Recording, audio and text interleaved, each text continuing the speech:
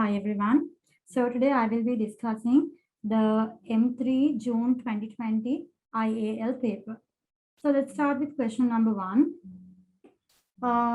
Figure 1 shows a hollow cylinder with diameter 70 centimeters. The cylinder is rotating at a constant angular speed about its axis, which is vertical. As the cylinder rotates, the particle P remains in contact with the same point on the rough inside of the cylinder. The particle is moving in a horizontal circle of diameter 70 centimeters. So I really want you all to read this question and try to understand what they are telling you, the information that they're trying to give you here. So the first thing we see here is, we'll write down all the important things. First of all, the diameter is 70 centimeters. So what we really require is the radius in our sums, in centripetal sums. So radius is going to be diameter divided by 2. So 70 centimeter divided by 2, you get 35 centimeters. And actually, we don't work with centimeters, our equation. So we will write here 0.35 meters. The next thing they tell us here is the cylinder is rotating at a constant angular speed. So we can see here we are this particle P is performing a horizontal circular motion, isn't it? So it's moving around. It's moving around in this path. So it's moving around this path. It's performing a horizontal circular motion. As the cylinder rotates, the particle P remains in contact. So this is important. So you can see here. So while this cylinder, while this cylinder is rotating, the particle P, so it's actually, it's remaining in contact with the cylinder, rather than falling down. So it's remaining in contact. So what we need to do here is we need to kind of mark all the forces acting here and kind of like investigate into the reason to see why this particle why it remains over here, because under gravity the particle is supposed to move down, but here the particle P is kind of sticking to the surface and it's not sliding down. So they say they give you those information here. So the particle is moving in a horizontal circle of diameter 70. Okay, so we have the radius 0.35 meters. So the next information, the cylinder makes 2 complete revolutions every second. So 2 complete revolutions every second. So this is, in other words, we need to find our angular velocity omega. So 2 revolutions per second. So you need to convert 2 revolutions per second into omega, radians per second. So how do we convert that? So we know 1 revolution is equivalent to 2 pi radians, isn't it? 1 revolution equals to 2 pi radians. So 2 revolution will be equal to 4 pi radians, double of that. So 2 revolutions per second, which means it's equivalent to 4 pi radians per second. So which means your omega will be 4 pi radians per second. Okay. So we have found our omega from this piece of information. Next thing, the coefficient of friction between P and the cylinder is mu. So here we have a rough surface. So what we'll do here is we'll use this information and let's mark all the forces that we have. So they say here, they don't say anything about the weight of the object. So we'll assume it's M. So weight, we'll mark it as mg. So we have the weight of the object as mg. Okay, then what else do we have? What are the other forces we have? So the particle, the weight acts downwards, and obviously the only reason that P is able, this particle is able to stay in this particular position is because friction is opposing, isn't it? Because the particle, the only way that it could stay at this particular position is because friction acts upwards. So you have your friction acting upwards. So what else do we have? So the particle is in contact. So for the particle P remains in contact with the same point. So it's at the same point. So it's in contact, which means we will have a normal reaction. So you have your normal reaction over here. So let me mark that. And then you have the normal reaction, which passes through, which actually passes through the center of the circle that P is performing its horizontal circular motion, isn't it? So P performs a horizontal circular motion around this particular, in this particular part. So the normal reaction will pass through the center of that particular, the center of that circle that P is revolving around, right? So then the coefficient of friction between P and the circle is mu. Okay. So they're asking you to find the range of possible values of mu. So obviously this is related to friction, F max. F max, the maximum friction is equal to mu r. So in this case, they don't mention anything about limiting equilibrium. The object is about to move. There's no such story, which means the friction that we have over here is lower than the maximum friction. So the friction that we experience, that our particle experiences, is definitely lesser than or equal. Is definitely lesser than or equal to the mu r, because mu r is the maximum friction, isn't it? So the friction we have over here is lower than the mu r friction. Okay. So let's move on to the other part now. Now what else can we do? So normally in horizontal circular motion sums, I think you may have identified at this point that this is a horizontal circular motion, right? So this is a horizontal circular motion sum. So in horizontal circular motion sums, there are mainly two things that you need to do. So there are just two things you need to just consider. That is number one, the vertical equilibrium. So in horizontal circular motion, your particle is always in vertical equilibrium because it does not move up or down, does not slide up or down. It's in vertical equilibrium. The second thing we do is we always apply F equal ma towards our center, towards the center. So these are the two main rules that we need to use to do this particular sum. So let me try the vertical equilibrium. So if I try the vertical equilibrium, I can see very clearly the friction is equal to mg. So friction equals mg. So that can be the first equation that we can create. So the next equation, so this is from vertical equilibrium. So the next thing I do is I consider F equal ma towards the center. So we consider F equal ma towards the center. So towards the center, you can see I have my normal reaction. A normal reaction is acting towards the center. So there is no other force, who is opposing that or supporting that, because we can see friction and mg are both perpendicular. Thereby, they do not affect the horizontal normal reaction, right? So friction and mg are both vertical, so they don't make any impact. So normal reaction equals mass m is so mass is unknown. I just took it as m here. So mass is m into acceleration. So acceleration is what we consider as the centripetal acceleration. Centripetal acceleration, which we say as v square over r or r omega square. So I think we will go with centripetal acceleration equal r omega square because we know the value of omega. Okay, so otherwise you have v square over r, even that is accepted. I mean, that is also fine, but it's not necessary in this sum. So r omega square, where r stands for the radius of the circle and omega is the angular velocity. So let's get the values here in terms of r. So in terms of m, so radius is 0.35 meters. Omega square will be 4 pi square, isn't it? So I end up getting my normal reaction as so 16. Let's take the cal.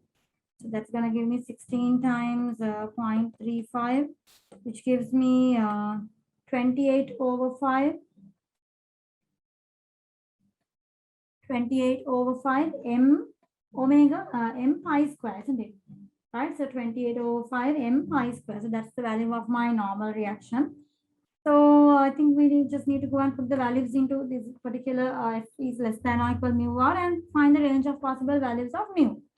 So applying it into that particular equation, friction is less than or equal mu r, this particular friction that we experience. So that is mg is lesser than or equal mu times r is 28 m pi square over 5. So making mu the subject. So we get here mg into 5 over 28 into m pi square. So this is less than or equal to mu. So I think we can see quite clearly. So the mass being an unknown value is actually not an issue here. So you can see you might have been wondering, like, they have not given a mass. So how can we do this sum? So as you saw, that I just assume the mass is m kilograms, and I continue with the sum. But as you can see, it doesn't impact. It cancels off. The m value cancels off, and we just have to type this. So they want to find the possible range of values of mu. So it's a matter of typing it in the cal now. So G 9.8 into 5 over 28 times pi square. So which gives me 0.17731. Okay, so mu is, so your mu value is greater than or equal to 0.177. Or you could say mu is greater than or equal 0.18. So these are the range of possible values of mu.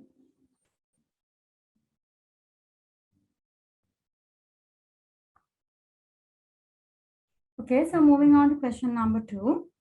A smooth bead of weight 12 Newton is threaded onto a light elastic string of natural length 3 meters. Okay, so we have a bead, weight is 12 Newton. Okay, it's a light elastic string. So we'll be obviously working with the Hooke's law. The points A and B are on a horizontal ceiling, okay, with AB 3 meters. One end of the string is attached to a point A and the other end of the string is attached to a point B. The bead hangs freely in equilibrium 2 meters below the ceiling as shown in figure 2. Find the tension in the string.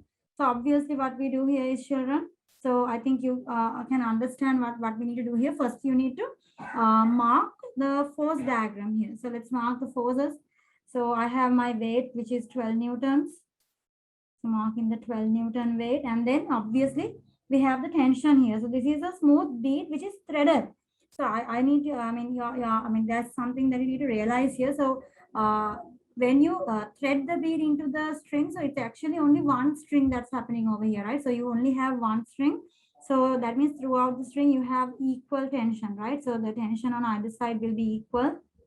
I mean, if they say it's two separate strings, it might be a different story depending on the symmetry of the of the object. Okay, so in here, I think they say here the bead is okay.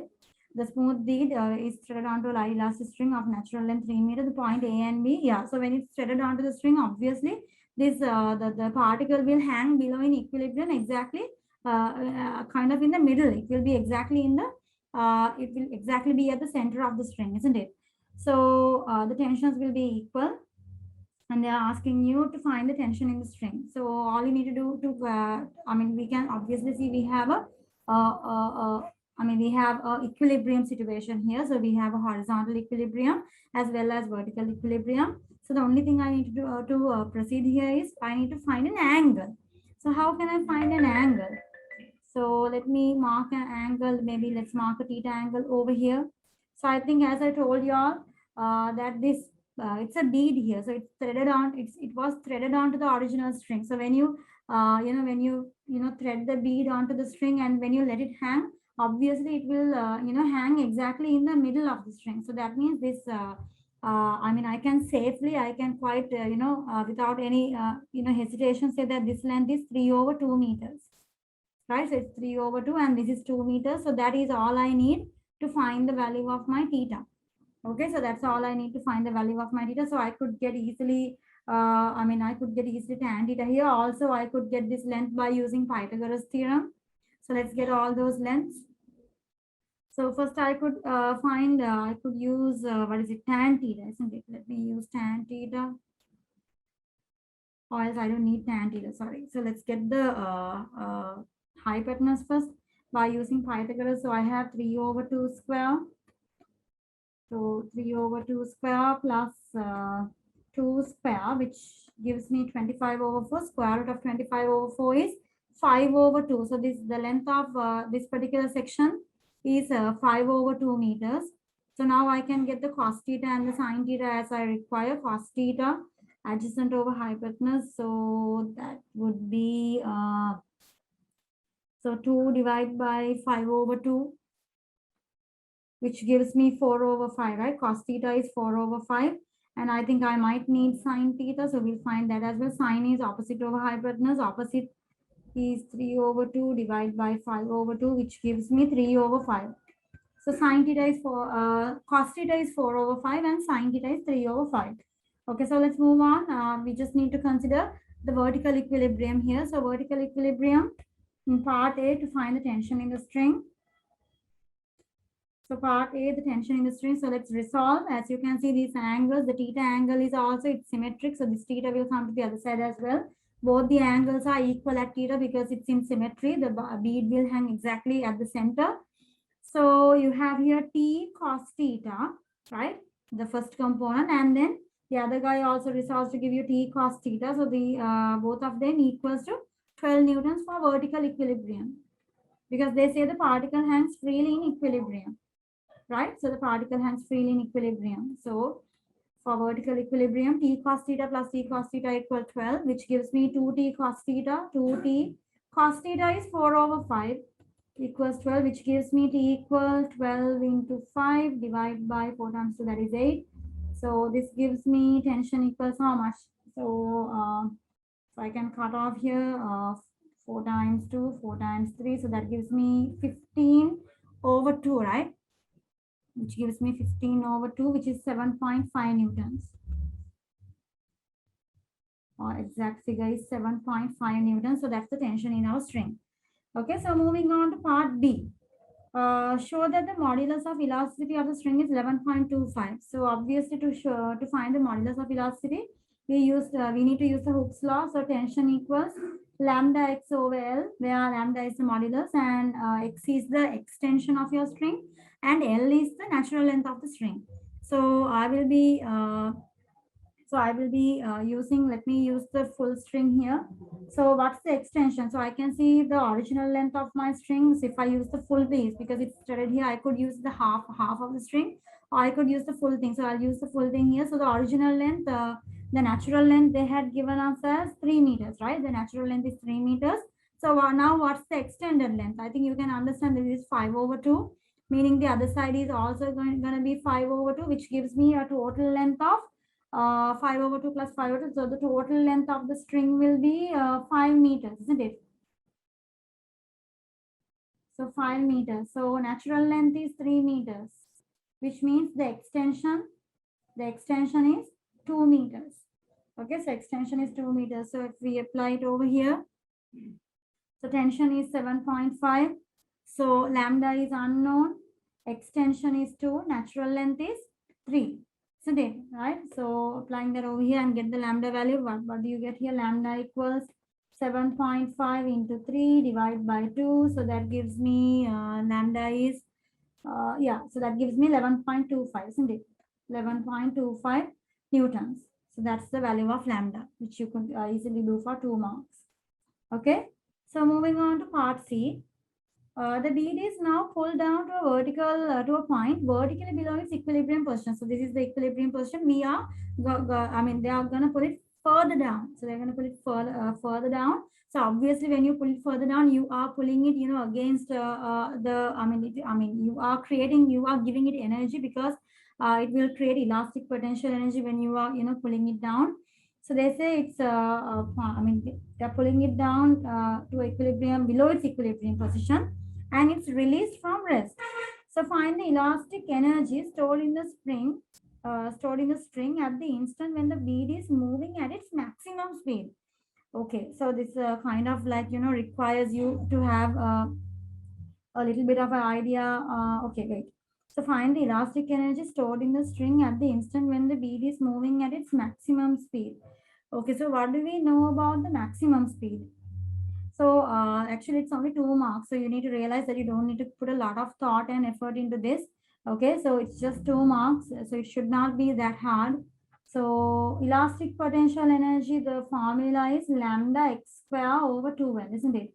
So they want you to find the maximum, the maximum speed. Not the maximum speed. They want you to find the elastic energy stored in the string at the instant when the bead is moving at its maximum speed. So you kind of need to have a, I think you guys have a good idea. You should have a good idea about simple harmonic motion. So when you pull an object below, when you pull it away from its equilibrium position, so I think you know the idea. So this is the equilibrium position.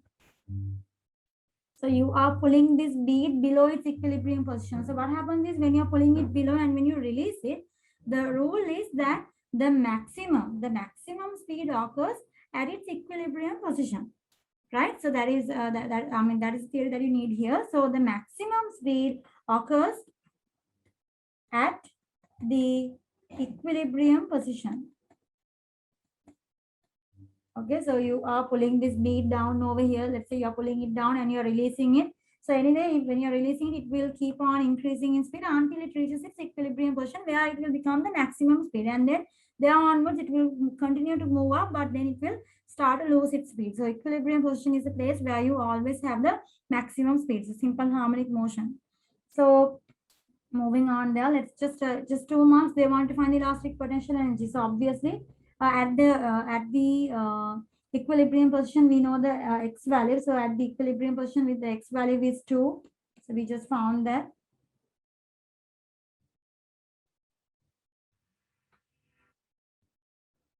Okay, at the equilibrium position, the x value is 2.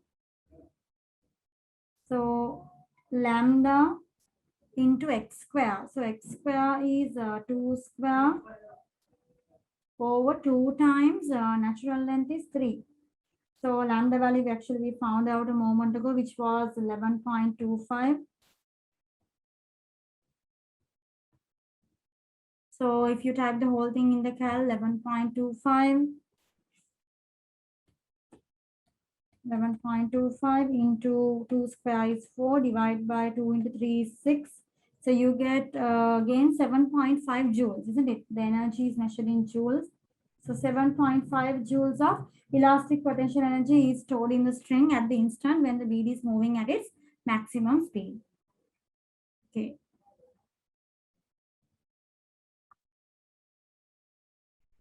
Okay, moving on to question number 3. A particle P of mass 2 kilograms is attached to one end of a light elastic spring. Okay, so we have a spring here. Let's highlight those keywords. So we have a spring of natural length 0.8. Okay, so that's the next keyword, natural length 0.8. Let me write it down. So I will need this information. Definitely natural length is 0.8 meters and modulus of elasticity lambda is 12 newtons. Okay. So, okay, that's another piece of information that we need. The other end of the spring is attached to a fixed point A on a rough plane. Okay, so we can see the spring is attached to point A. And another important word here is that we have a rough plane. So a rough plane means friction exists here. Okay, the plane is inclined at 30 degrees to the horizontal, which can be seen. Okay, initially P is held at rest on the plane at the point B, where B is below A, with AB equals to 0.3 meters. Okay, so this is a critical piece of information. Why? They have told the B is held, initially they are holding B at, the particle at the position B, and B is 0.3 meters below A. So having a look now, we know we are dealing with a spring here. So I think you guys need to know the difference of what's going to happen in a spring and in a string. So in a spring, we are capable of, performing, what do you call, in a spring, we can, contract, okay, as, it can contract. So the length can be decreased and you can build elastic potential energy even by contracting and extending the string. Spring also gives EPE, and even if you contract it, it builds EPE. So the string does not have that quality, right? So the string, only if it extends, it will have EPE. While if you are below your natural length, there is no elastic potential energy. The string becomes slack, isn't it? Okay, so this is a spring. So the word is really important that you see, and actually the diagram also they have kind of tried to show you in a very precise way. So they say, so what I see here is when AB is 0.3, so immediately I understand. So we all need to understand that this spring is, so it's contracted. So what we need to do here is we have to get the extension, isn't it? So the extension, because it's reduced in length. So the natural length is 0.8. The natural length is 0.8. So what would be the, how much have they, brought it back? So it's the extension is the contraction. You brought it back by 0.5 meters, isn't it? So X value at A. So obviously at the position A, the contraction X is 0.5. So these are just things that I need to, not at A, we'll say at the beginning. So at the beginning.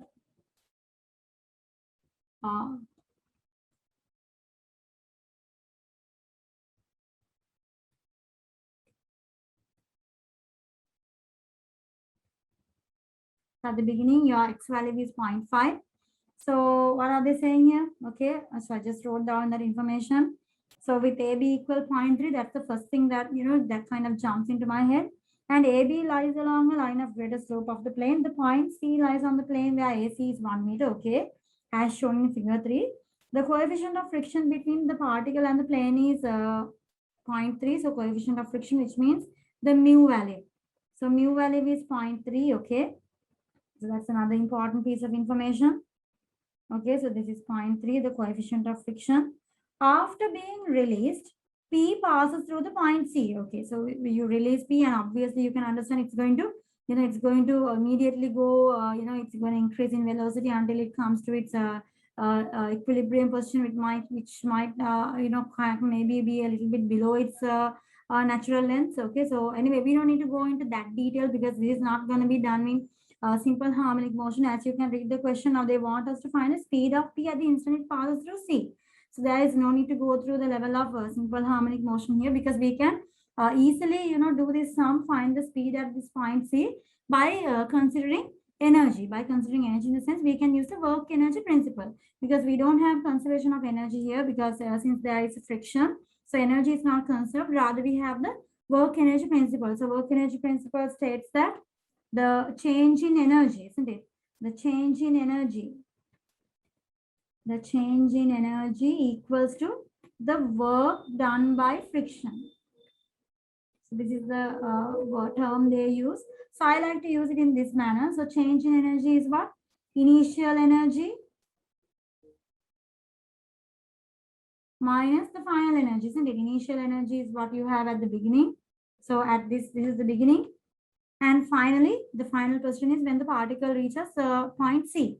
So initial energy minus final energy. So obviously initial energy is always higher, because when you travel through this surface to the point C, you will lose a certain amount of energy. You will lose it because of the rough surface, because of frictions. That's why initial energy and final energy has a difference. So that difference is accounted by the work done by friction. So work done by friction is friction force into distance traveled under the friction force. So that's all you need here.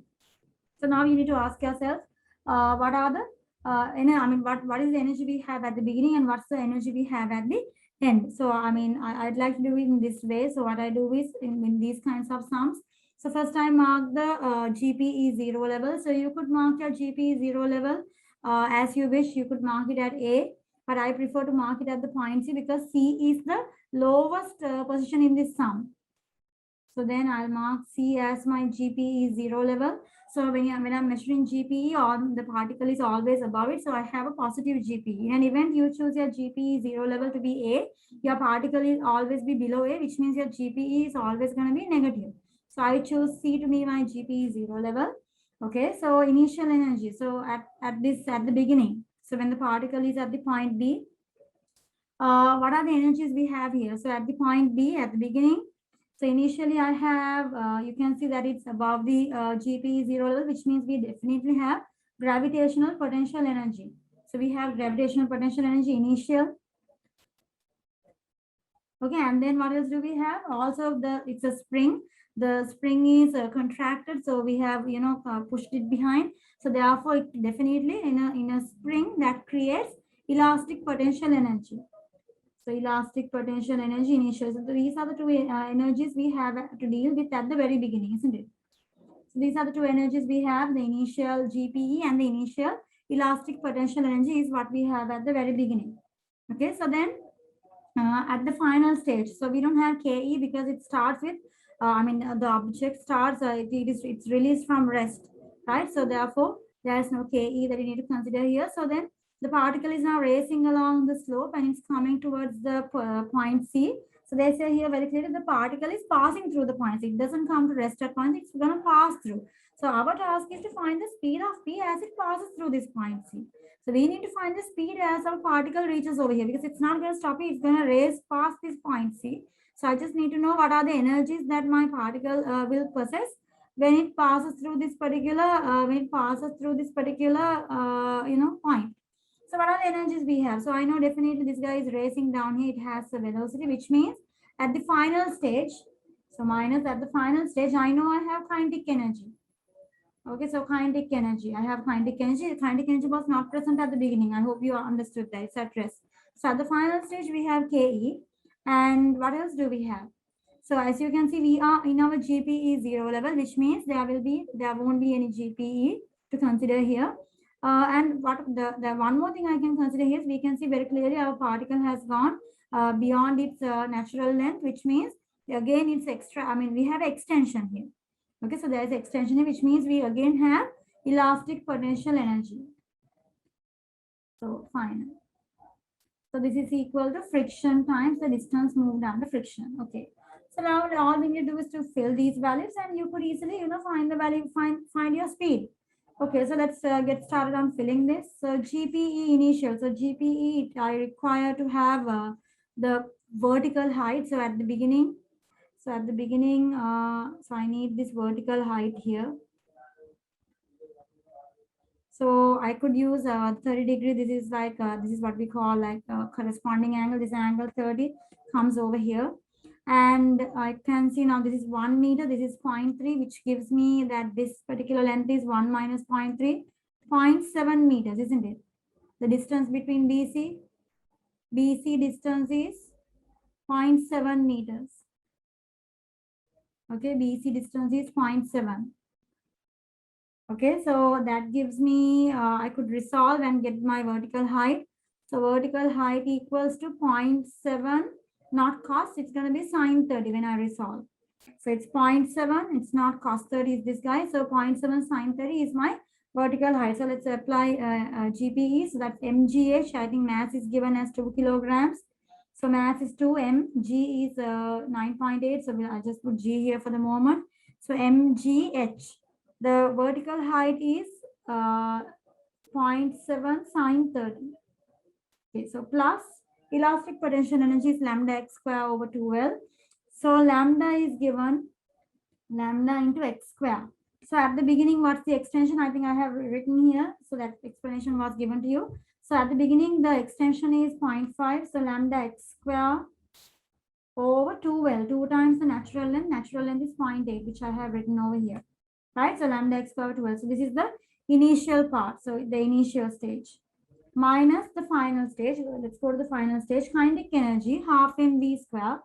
So half into mass is 2 into v square is what we are trying to find. We need to find the velocity at the final stage. Plus the elastic potential energy at the very final stage. So lambda x square, lambda is 12 into extension. So be very careful here because we know our particle, our spring has a natural length of 0.8. So natural length.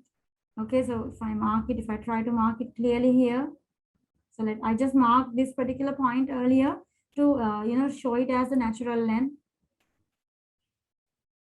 So this is the natural length, which is 0.8. Okay, so natural length. So extension, the x value is always the length that it is extended beyond its natural length. So your natural length is 0.8. So we have gone 1 meter, which means the extension here is 0.2 meters, isn't it? So the extension here is 0.2 meters. So lambda x square, lambda into 0.2 square. So lambda x square over 2 times natural length is 0.8. Okay, so this equals to friction. So we need to find our friction here. So what's friction? Friction equals the object is moving, which means we have the maximum friction. So friction equals to mu r because we are moving at the maximum friction. Our object is moving, which means the friction we have here is a maximum friction, not a friction lower than that. That is, it's not in equilibrium. Or it's not, it's not in stationary. It's not stationary, it's moving. Therefore, we have the mu r friction. So mu is given as how much? 0.3 and normal reaction. So I think this is M1. So normal reaction, normal reaction works like this. So this is your normal reaction. So as you know, you need to resolve your weight. So your weight is, your weight here is how much? It was 2 kilogram, 2g. And you all know the rule here, you need to resolve. So the normal reaction will be equal to 2g. So this angle here is at 30, isn't it? So 2g cos 30. So these are stuff you should know from M1. So 2g cos 30. Okay. So 2g cos 30 is the normal reaction. So this is mu r. So friction mu r is 0.3 into 2g cos 30. 2g cos 30. Okay, so that is friction. That is a friction force multiplied by the distance. The distance you move under friction. So what's the distance that you are moving under friction? So your particle starts at the position B, it ends at the position C, not ends. It's we need the velocity at the position C. So how much of a distance has it moved between B to C? So you can see I have found it here, isn't it? So it has moved 0.7 meters under the friction force. So directly 0.7, nothing to resolve because it's the distance you are moving under the friction force. So 0.7 meters it has moved. So what I did was I just found the GPE, EPE values and I just substituted all of them into this equation. So this was the equation that I used, the work energy principle. So, and here friction in distance, friction mu r. I hope you understood how I got r. It's quite simple actually. So now it's a matter of, typing everything in the cal. Okay, and just what you need to make v square the subject. So your task is to make v square the subject here. So there's a lot to type. So let's get it done quickly.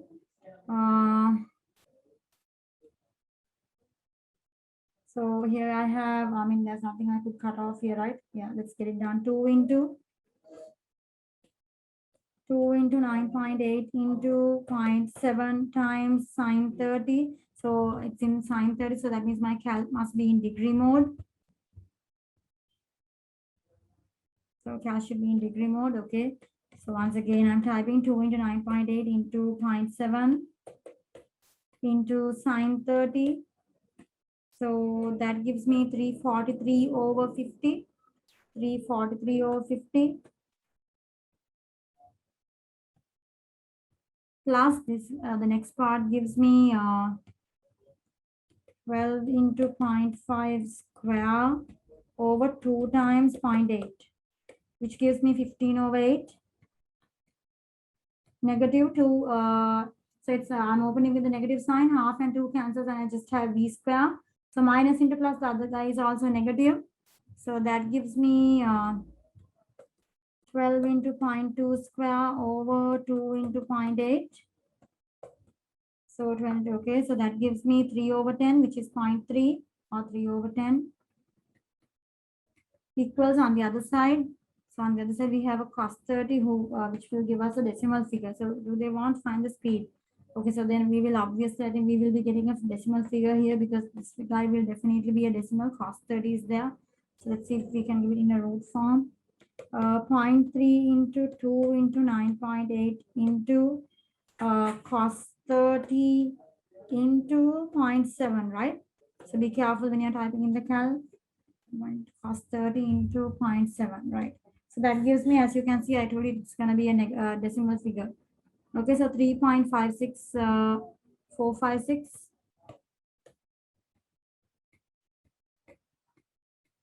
3.56456. So what I'll do is I'll directly get the v square value here. So all I got to do is to get v square, I just need to bring the v square here, and these components just need to, this guy just needs to come to the other side. So let me give it in my cal. So 343. So this 343 over 50 plus 15 over 8 plus 15 over 8 minus 3 over 10. And don't forget, now I'm bringing the 3.56456 to the other side. So it's stored in the cal. So I'll say minus answer so that I have the full answer. So v square went over to the other side and 3.56456 came over. So it's going to be negative. The answer is stored in the cal. This 3.56 is stored. So I just have to give it directly. And I get the velocity. V square is 4.87. So some figure like this. So 4.87. 4.870. So, 4.870439. Okay, something like that.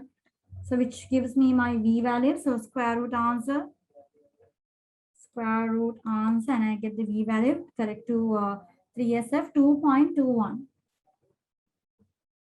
2.21 meters per second. So this is the speed with which your particle passes through the point C. Okay.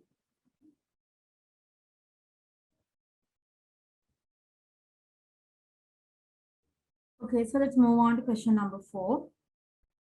Use algebraic integration to show that the center of mass of a uniform solid hemisphere of radius a is a distance 3 over 8a from the center of its plane face. Okay, so this is quite straightforward because it's a theory that has been proved in your book. So how do we get the center of mass of a uniform solid hemisphere? So it's basically solid of revolution, isn't it? So we take a quadrant of a circle. So we take a quadrant of a circle. We take 1/4 of a circle. Center 0, 0. So let's say here the radius is a. Radius a. So we take this circle with center 0, 0, radius a. The equation of the circle will be x minus a square plus y minus b square equal r square. That's the equation of a circle. So here x minus 0 square, which gives me x square, plus y minus 0 square, which is y square, equal radius square, which is a square. So that's the equation of this circle, the part of the circle. So I'll be taking this part and I'll be rotating this 360 degrees around the x-axis. So you could do this even around the y-axis. So I take it like this and I end up creating a hemisphere. So this is the hemisphere. Okay, so now it's time to get the volume of, the center of mass of the solid of revolution. So as we can see, since we revolve around the x-axis, the x-axis is a line of symmetry, which means they want the distance of the center of mass from its center of its plane plate. So the x-axis is my line of symmetry here. So I don't need to find a y bar, so I just need to find a x bar here. Okay, so the formula x bar equal. So we have the formula here, x bar equal y square x dx over y square, isn't it? Y square x dx over y square. So this is the formula that you are that you have been taught. Okay, so let's get on with this. Okay, so the next step, let's get the numerator. So y square x, and the limits are between 0 to 8. Okay, so the numerator, y square x dx. So y square x dx will be, y square value will be, as you can see, a square minus x square. You can derive it from here, a square minus x square. So integration between of y square, which is a square minus x square, times x from 0 to a. So this gives me, let's open the bracket. So a square x minus x to the power 3, isn't it? A square x minus x cube dx. Okay, now it's time to integrate. So a square x, when you integrate, you get a square x square over 2 minus x to the power 4 over 4, the whole thing between 0 and a. So the next thing we do, we'll input our limit. So a square into a square over 2 minus a to the power 4 over 4. So this is the first limit. Subtracting with the second one, the second limit is 0, right? So you replace x with 0, so everything becomes 0. Everything becomes 0, right? So then let's work on this. So I end up getting here a to the power 4 over 4, a to the power 4 over 2, sorry, a to the power 4 over 2, minus a to the power 4 over 4, so negative, this is 0. So this is going to be similar terms, so half minus 1 over 4.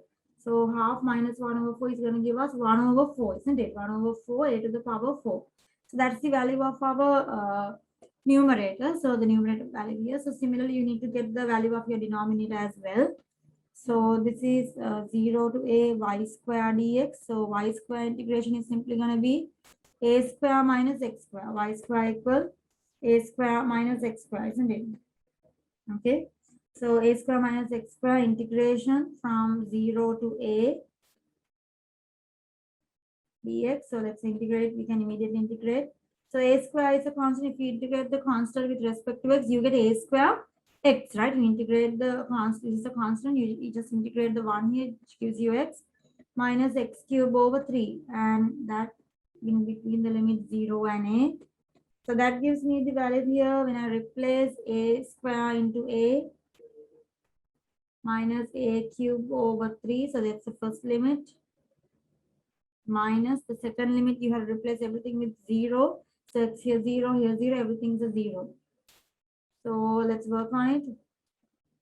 So I end up getting a cube minus a cube over 3. So 1 minus 1 over 3, that's going to give me 3 minus 1, 2 over 3, isn't it? So 2 over 3 a cube. 2 over 3 a cube. So we are done with it now. All we got to do is to input these values into the formula and we get the center of mass of our hemisphere. So x bar equal 1 over 4 a to the power 4 divided by 2 over 3 a cube. So that gives me the 3 goes up, the 4 comes down. So 3 into a to the power 4, right? 4 into 2 into a to the power 3, right? So this 3 has come up over here and this 4 has come down over here, right? These two was originally over here, so those are okay, right? So now let's work on this. So we end up getting here 3. The A's will cancel off. So I have 1 A remaining on top. 3 over 3A over 8. So which is the show that. So the center of mass of the solid hemisphere is at a distance 3 over 8A from the center of its plane face. Okay. Right. So then we'll move on to part B.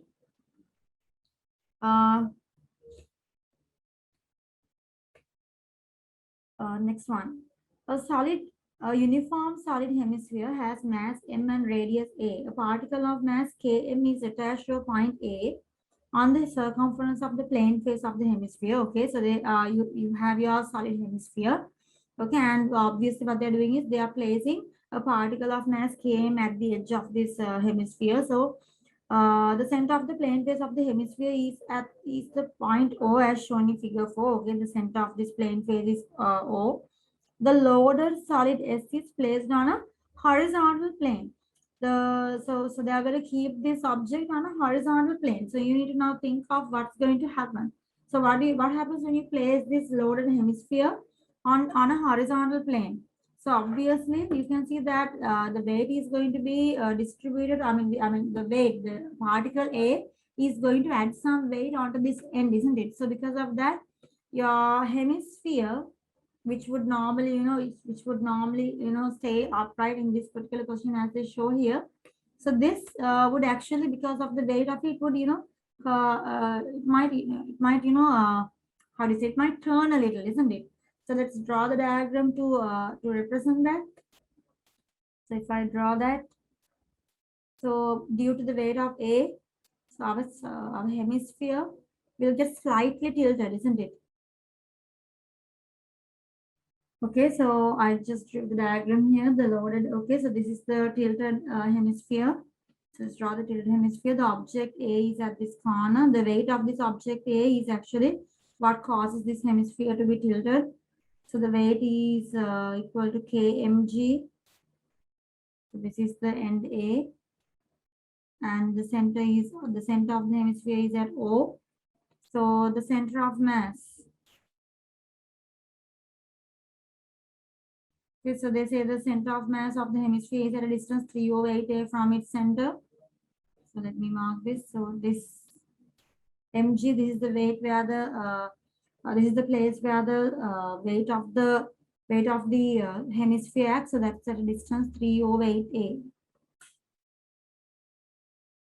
from its center. Okay. Right. So this distance over A is A. Right. What else do they say? So what are the forces do we have here actually? What are the forces do we have? We have the weights of the two objects. So in addition to that, if you think, you can see that we have a point of contact, isn't it? This loaded figure is contacting the ground at this particular point. So at the point of contact, you will definitely have the normal reaction. So the normal reaction of the hemisphere, it must definitely go through the center. So normal reaction will definitely go through the center of the hemisphere, Okay. Then they say the curved surface of S is in contact with the plane. Okay, that's done.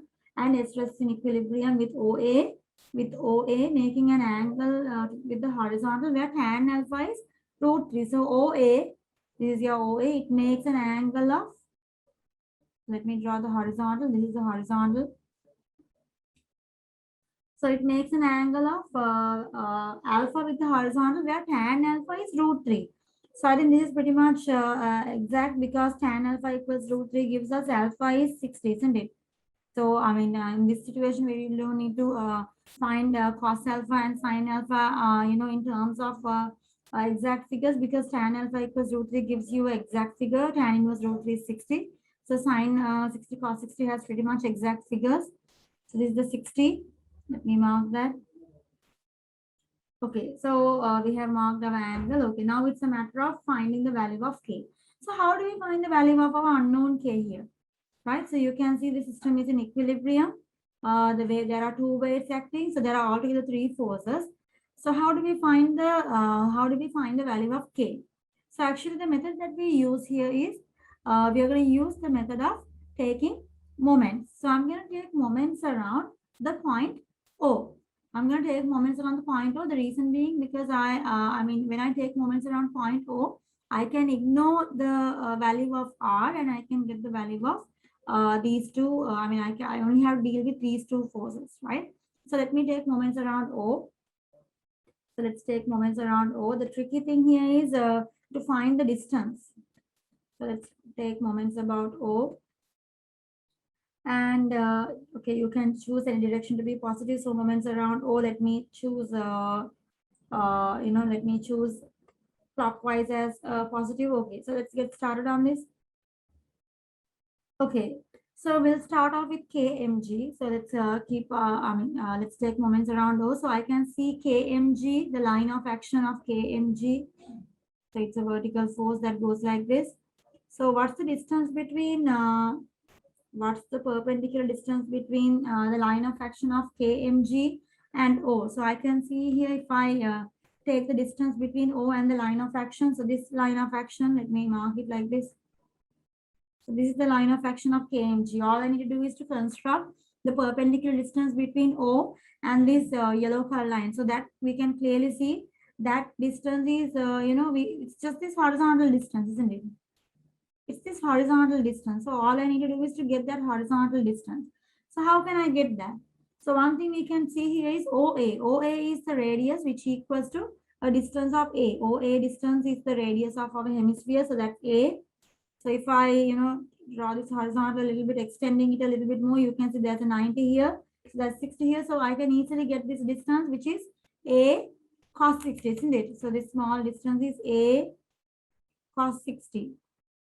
Right, so this particular distance that I marked on top is A cos 60. So let's consider the moment. So about O, you can see KMG will give a clockwise moment, isn't it? So around O, KMG produces a clockwise moment. So positive KMG into distance is the distance is A cos 60.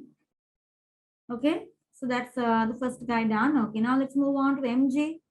So now let's move on to MG. So again, keeping around O, and let's consider the line of action of MG. So if I try to draw that line longer, KMG. So this is the line of action of KMG.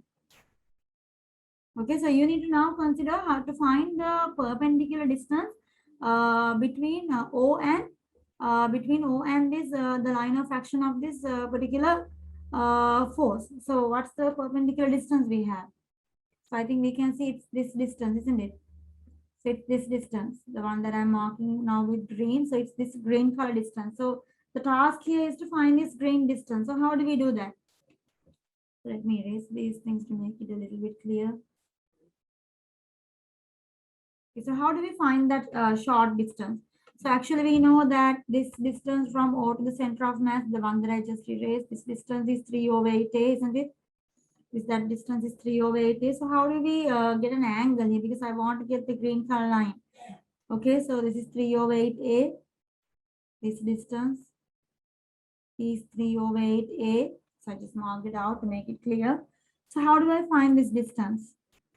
In other words, this blue color distance. Okay, so all I need to do is to get the angle here. So this is 60, 90, which makes this guy becomes 30, isn't it? Which means this guy becomes 30, which automatically means this guy again becomes 60 because there's a 90 here, isn't it? So there's a 90 here, which means this automatically becomes a 60. So that becomes 60. You could use a 60 degree here as well. Can you see? You can use vertically opposite. Alternate angles. This 60, you could take it over here. It's not necessary to take the 60 over here. You can just get this distance by resolving 3/8A. So we can see that this the distance that I marked. So this particular distance is going to be 3/8A, not cos 60, but sin 60, isn't it? So this distance, the distance is going to be 3/8A. Cos 60 will give you this side, isn't it? Cos 60 is towards the angle. So sin 60 is away. 3/8A is sin 60. I hope you guys can see that. Right? 3/8A is this distance. Hypotenuse resolving towards the angle is cos. The vertical away from the angle is the horizontal. So 3/8A is sin 60. So negatives. And by the way, mg gives a around O, it gives an anti-clockwise moment, which means it's negative, or negative mg force into distance is 3 over 8a sine 60, which I can make equal to 0 because the object is in equilibrium. Okay. So now it's a matter of solving all this and getting the value of our k. So let's get the value of our k. So kmg into a cos 60 equals, I'll take this to the other side, mg into 3 over 8a sine 60. So we can cut off the m, we can cut off the g, we can cut off the a, right? So now it's let's put the values here. So k equals 3 sine 60 over 8 into cos 60, right? So over 8 into cos 60. So that gives me k equals 3 over 8 times sine over cos is tan 60, which gives me k is 3 over 8 times tan 60 is simply going to be root 3, isn't it? So k equals 3 root 3 over 8. So that gives me something interesting over here. So you could have done this entire sum by using tan alpha, sine alpha, cos alpha also, isn't it? Because end of the day, we end up getting the tan alpha again and we could directly use root 3. So getting tan inverse was also actually not necessary here. You could have done all of this with kmg into a cos alpha minus mg into 3 over 8 times a sine alpha. And then you'd have gotten at the end sine alpha over cos alpha tan alpha, which is directly root 3. So even that would be okay, right? So yeah, so the value of our k, the exact value of k is going to be 3 root 3 over 8.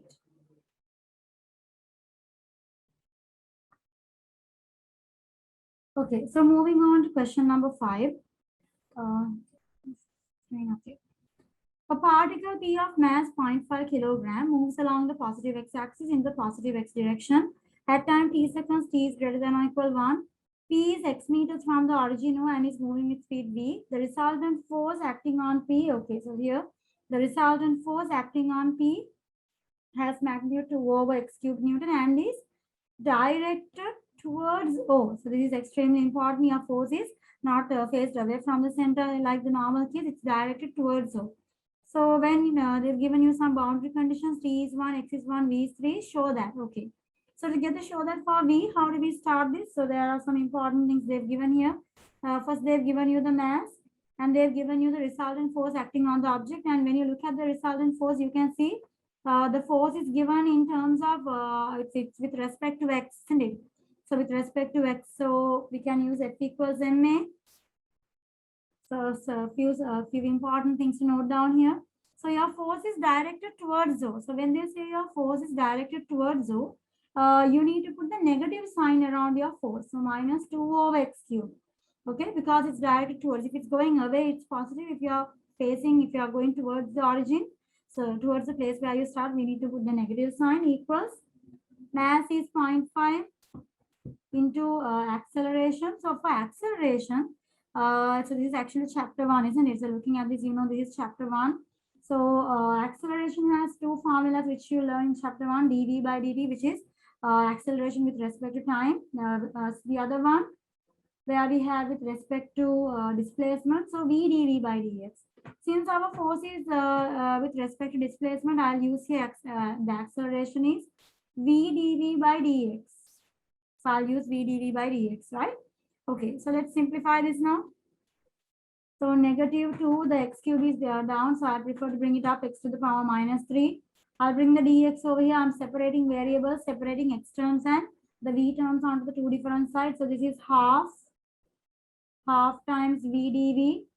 So here I've kept the v terms on one side, x terms on the other side. So my target is to make v the subject. I'm going to get the v square here. So I think I prefer to keep the half also to the other side. So if you want, you could keep it here and remove it at the very end. That's fine.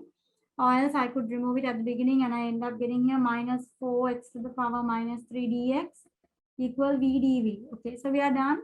We are ready to integrate now. So both sides we are going to integrate. Variables are properly separated. So this side integrates with respect to x, while the other side integrates with respect to v. So what happens here? Minus 4x to the power minus 3 when you add 1.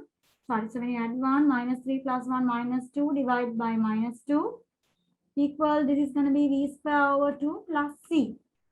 If I simplify this a little bit before I find the C value, so 2x to the power minus 2 equal v square over 2 plus c.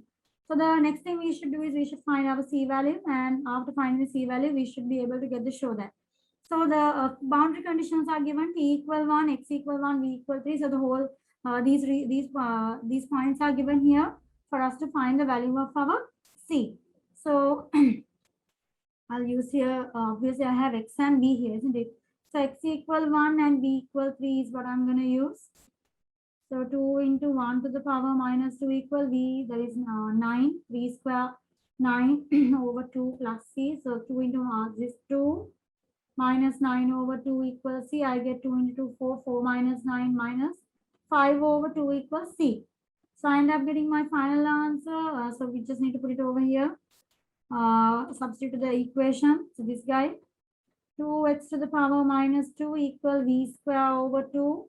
C is minus 5 over 2. So let's fix it nicely. We'll make v square the subject. So first I'll bring the minus 5 over 2. So this is 2 over x square. I brought the x to the power minus 2 down as a denominator.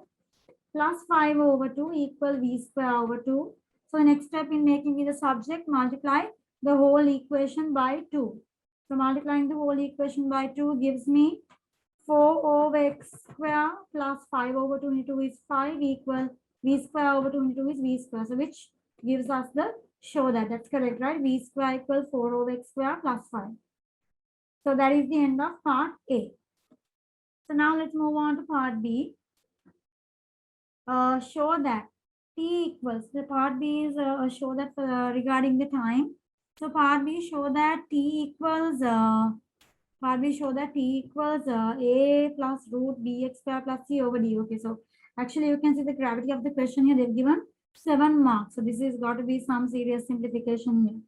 Okay, so I think to get t here, so we can definitely use the help of our part A. So we can continue with part A because we know velocity.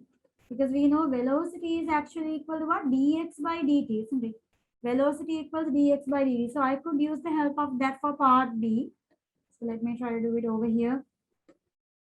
Part B, so v square, we got v square is 4 over x square plus 5. So I prefer to work with this as v equals root 4 over x square plus 5, isn't it? V equal root 4 over x square plus 5. Now let's replace v with dx over dt. 4 over x square plus 5. So I think it's better if we need to obviously again separate variables. Let me bring this, write this like in this manner. I'll bring the x up, 4x to the power minus 2 plus 5. I think these are a lot more easier to handle. Okay. Okay. Or else I think maybe taking the LCM is better. We'll take the LCM. So this is over 1. Okay, so let's take it over 1. So this gives me inside the root. Let me simplify the part inside the root. So this gives me x square denominator. So 4 plus 5x square, isn't it? 4 plus 5x square. Okay. So I'm going to separate out. The dt will go to the other side. Dx stays here. Dx stays here. So the dt goes to the other side. So you'll see why I have done like this. You'll be wondering why I took the LCM. I could have gone in the previous way, but there's a reason. So now the thing here is, we're trying to again variable separation and integrate because we're trying to get time. So what I'll be doing is I'll be bringing all these terms are with x. Obviously, I have to bring them to the side with dx. So separating variables. So when I separate, so you can see now the x square, and so it's easy to bring it now, plus 4 plus 5x square. So they can, they can come easily. So once you take the LCM, so this is equal to dt. And I can simplify this a little bit further. Square root of x square is x over, you get root of 4 plus 5x square dx equals dt. Can you see? So it's so we come to this stage.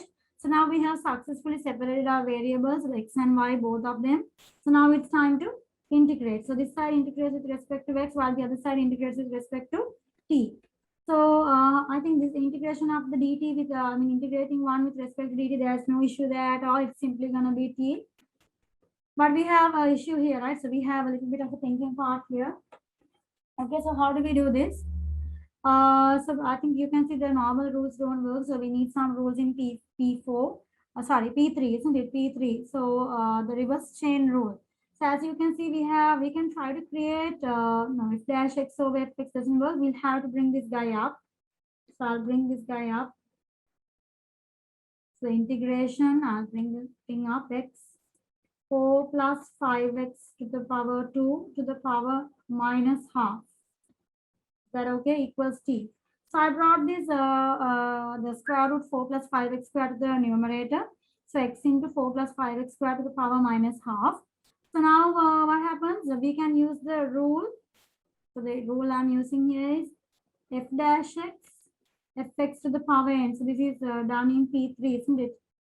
So if you have the perfect differentiation of the function fx ignoring the power, you can integrate by using fx to the power n plus 1 over n plus 1 plus c. So this is the reverse chain rule, isn't it? So you need to have the ignoring the power if you have the perfect differentiation of this inside function. If you have the perfect differentiation of the fx here, so f dash x, if it's perfectly there, so then the answer for the integration is simply fx to the power add 1 to the power and divide. So that's it. So I think we need, you can see here, this is my fx. So 4 plus 5x square is my fx. So the n is the minus half. Obviously, it doesn't matter what n here is. It really doesn't matter. It doesn't affect the f dash x.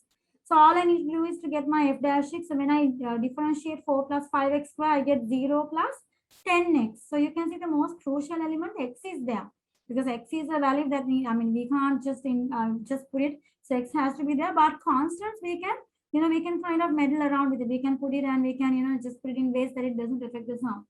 So I have 10, the differentiation of this guy, the f dash x is 10x. So I already have 10. So to create the perfect f dash x, I need to have only a 10 here. So to, to make sure that it doesn't affect my sum, I put the 10 here to create the f dash x. And also I put 1 over 10 to cancel off that effect so that I don't do any difference, so that I don't do any change to my sum. Okay. So now I have the perfect f dash x, fx to the power n. So time to integrate. So 1 over 10 when we integrate fx. So remember, you take the fx part and add 1 to the power. So 4 plus 5x square to the power minus half plus 1 is plus half. Divide by half. Can you see? So just apply this rule. So the f dash x does not need to come over here, right? So it only needs to exist on this side, and you need to fix the constants. And then the 1 over 10 comes here. So that is outside of the integration. And this guy you add 1 to the power divide. Okay, equals on the other side we integrated dt with respect 1 with respect to dt, we got t, and don't forget to put the plus c. So don't forget the plus c. So I end up getting here, so this is 5 over 1 over 5, isn't it? 1 over 10 into 1 over 2, so that's going to be 1 over 5 times 4 plus 5x square to the power half equals t plus c. So now it's time to put the limits and get the show that. So we need to get the show that, isn't it? Okay, so we have to get that kind of show that. So t equal 1, x equal 1. T equal 1, x equal 1.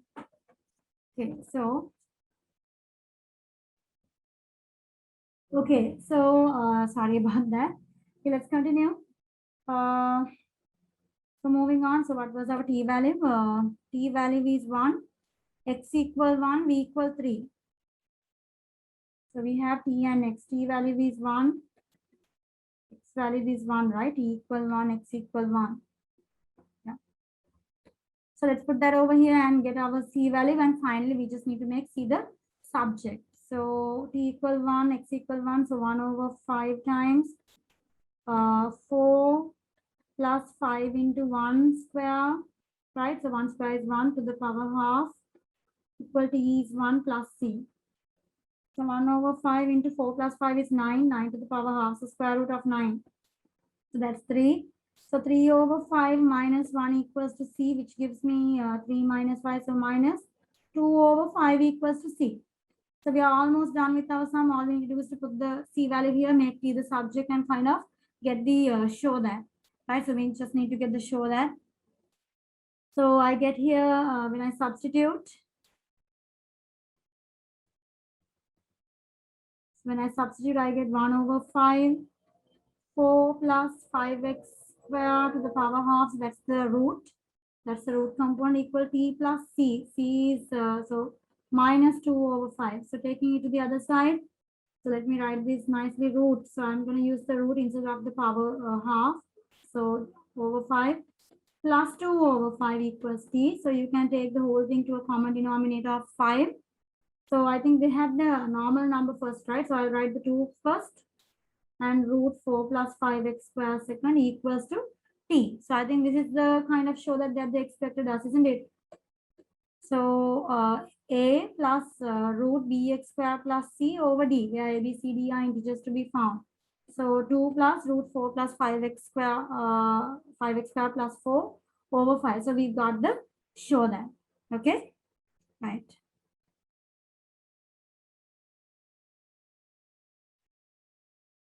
Okay, so let's move on to question number 6. A light elastic string has natural length A and modulus of elasticity 3 over 4 mg. A particle P of mass m is attached to one end of the string. Okay. The other end of the string is attached to a fixed point A. Particle P hangs free in equilibrium at the point O vertically below A. So let's draw this by a series of diagrams. So the first one, there's a light elastic string. Natural length is A. So I prefer drawing a series of diagrams when I'm doing these sums. So the first one, you have a light elastic string of natural length A. Okay. So this is without the weight. So natural length is A. Okay. And then the next one, okay, lambda is 3 over 4 mg. A particle P of mass m is attached to one end of the string. So you are going to attach a particle P. So obviously when you attach, you understand that due to the weight, so you're hanging this particle, we are hanging, so it's a vertical system. So due to the weight of the object, the string will extend a little bit, isn't it? This is the natural length. So due to the weight of the particle, we could say, yeah, the weight of the particle, it will extend a little bit. So we'll say this is the natural extension E.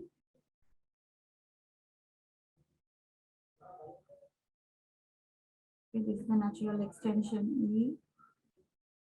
This is the natural length A. Okay, right. They are saying here, okay, the power, okay, so of mass m, so mass in this way is mg. So this is the equilibrium position. So this is a really important position in our simple harmonic motion in all the sums.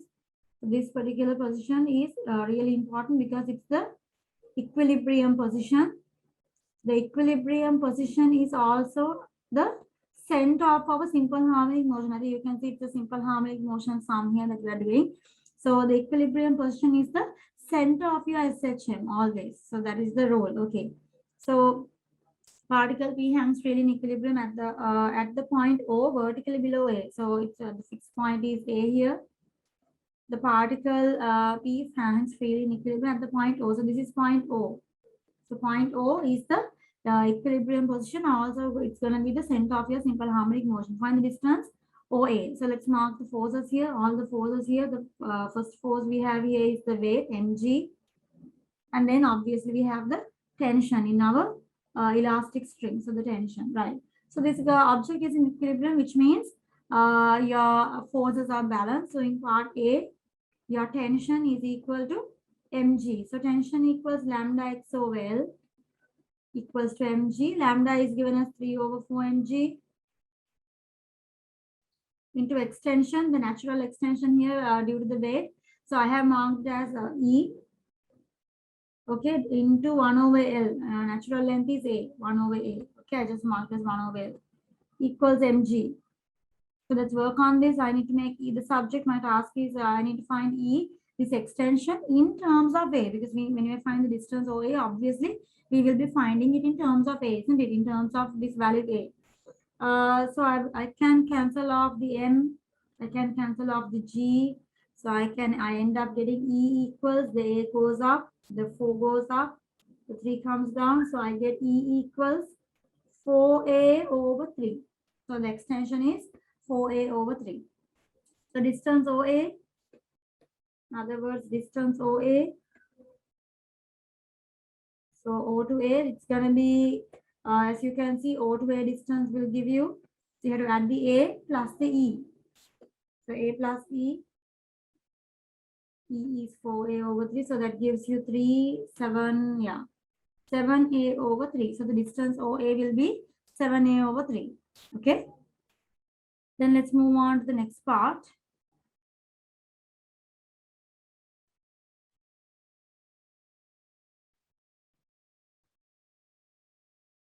Next part.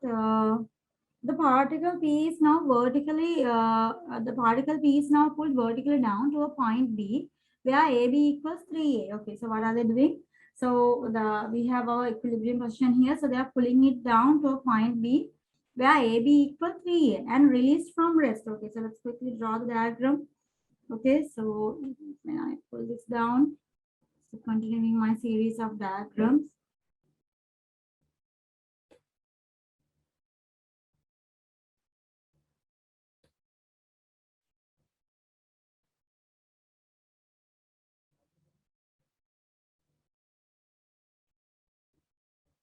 So you're pulling it down over here, isn't it? So you're pulling it down over here. Now, earlier we had a distance 7A over 3. So the equilibrium position is, so it's really important that you mark all these things. So natural length A. And then the extension, natural extension is 4A over 3. So extremely important. That distance is really important. 4A over 3. So this is the equilibrium position. The center of your SHM. O, which is the center of your SHM. So they're pulling it down to a position called B, right? The particle is now pulled vertical down to a point B. Yeah, so this is point B, this is point A, this is point O. So what's the distance that we have over here? So we know this, they are pulling it down to a distance of 3A. So what you need to realize is that the distance that you are pulling your particle below the equilibrium position. So the distance that we pull it down below its equilibrium position will become the amplitude in your simple harmonic motion. Okay, so let's calculate the amplitude. The total distance we have is 3A. So from 3A, if I subtract the A and 4A over 3, which means 7 over 3, I end up getting 2 over 3, isn't it? So 2 over 3, I think I have overstretched this. Let me make it a little bit shorter. Okay, so the amplitude. So when you're pulling it to a point B, okay, let's mark this position as point B. So this is point B. So A to B, it's gonna be 3A, which means when I subtract from 3A, the 7A over 3, I get the distance here is 2A over 3.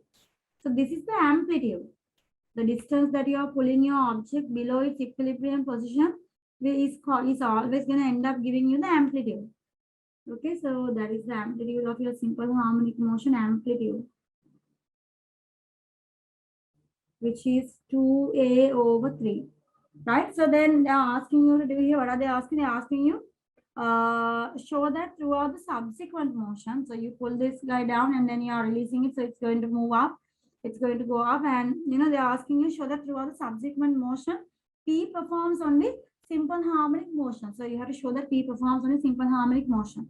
So let's, what we do is to prove the object moves in SHM is we consider the particle at a general point. So let's consider the particle at a general point. So throughout its motion, so let me consider somewhere like over here. So I'm going to consider the particle at a general point over here.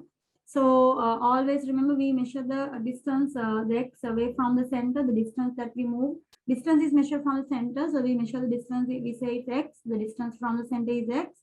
So x is always measured away from the center. So x double dot, the acceleration is also measured away from the center. Okay, so let's mark all the forces of this particle. So we have the tension. So remember now this part is not there, right? The object, I'm considering the object is over here. So the tension is always acting upwards. The tension is to bring it towards the center, and then I have the weight here, isn't it? So I have the weight here. So now all you need to do is apply F equals ma. So your task is to simply apply F equals ma. So let's apply F equals ma. So this is part B, right? Yeah. So in part B, x equals ME. So I'm applying it in the direction that I measured x. Okay. So x is measured away from the center, right? So what do we have here? So downwards I have mg minus t. Mg minus t equals mass is m into acceleration is x double dot. Okay. Acceleration x double dot measured away from the center. So mg minus t, let's input the value of t. T is the extension lambda x over L. So actually it's important that you get your extension at this particular point. So let's get the extension. So at this particular point, when the object is at the general point, what's the extension? Extension at general point. So your answer will come in terms of x, isn't it? So now you can see, extension is the distance that you are moving, that you have moved beyond your natural length. So it's a string. The length it has moved beyond its natural length is the extension. So we know the natural length starts from here, isn't it? This is the boundary for the natural length. So you can see it has moved a 4a over 3 distance below its natural length plus another extra x. Okay. So the total extension when it's at this particular general point is the 4a over 3 plus 6. Do you agree? 4a over 3 plus 6 is the distance it has moved beyond its general point, the extension. So let's input those values. Lambda was also given. Lambda modulus of velocity is 3 over 4 mg. So let's put those values. Mg, lambda is 3 over 4 mg into extension is 4a over 3 plus x into 1 over L. 1 over L. So 1 over L is the natural length, 1 over A. So I use this as lambda into x into 1 over L. Okay, lambda is 3 over 4 mg. Extension 4a over 3 plus x. Okay, into 1 over A equals mx double dot. So actually, I hope you guys know what it means to prove the object moves in simple harmonic motion. To prove the object moves in simple harmonic motion, simply you prove your equation obeys x double dot equals minus omega square x, isn't it? So this is the theory you need to show to prove that the object performs simple harmonic motion. Okay, and you have to show it only performs simple harmonic motion also. Okay, so first we'll get the first let's try to get this format. Okay, first let's try to get this format, and then let's see whether it performs fully SHM or not. Okay. So let's simplify this. So we end up getting here mg. Let me open the bracket. Okay, so we end up getting here 3 mg over 4a times 4a over 3 plus x. So I'm just trying to make it a little bit simple before I open. I think m is common to everyone. We can remove it. M is common to everyone. So let's remove m. So I end up getting here g minus, okay, let's multiply 3g over 4a into 4a over 3. I'm expanding the bracket here. So I multiply 3g over 4a into 4a over 3 minus the next one, 3g over 4a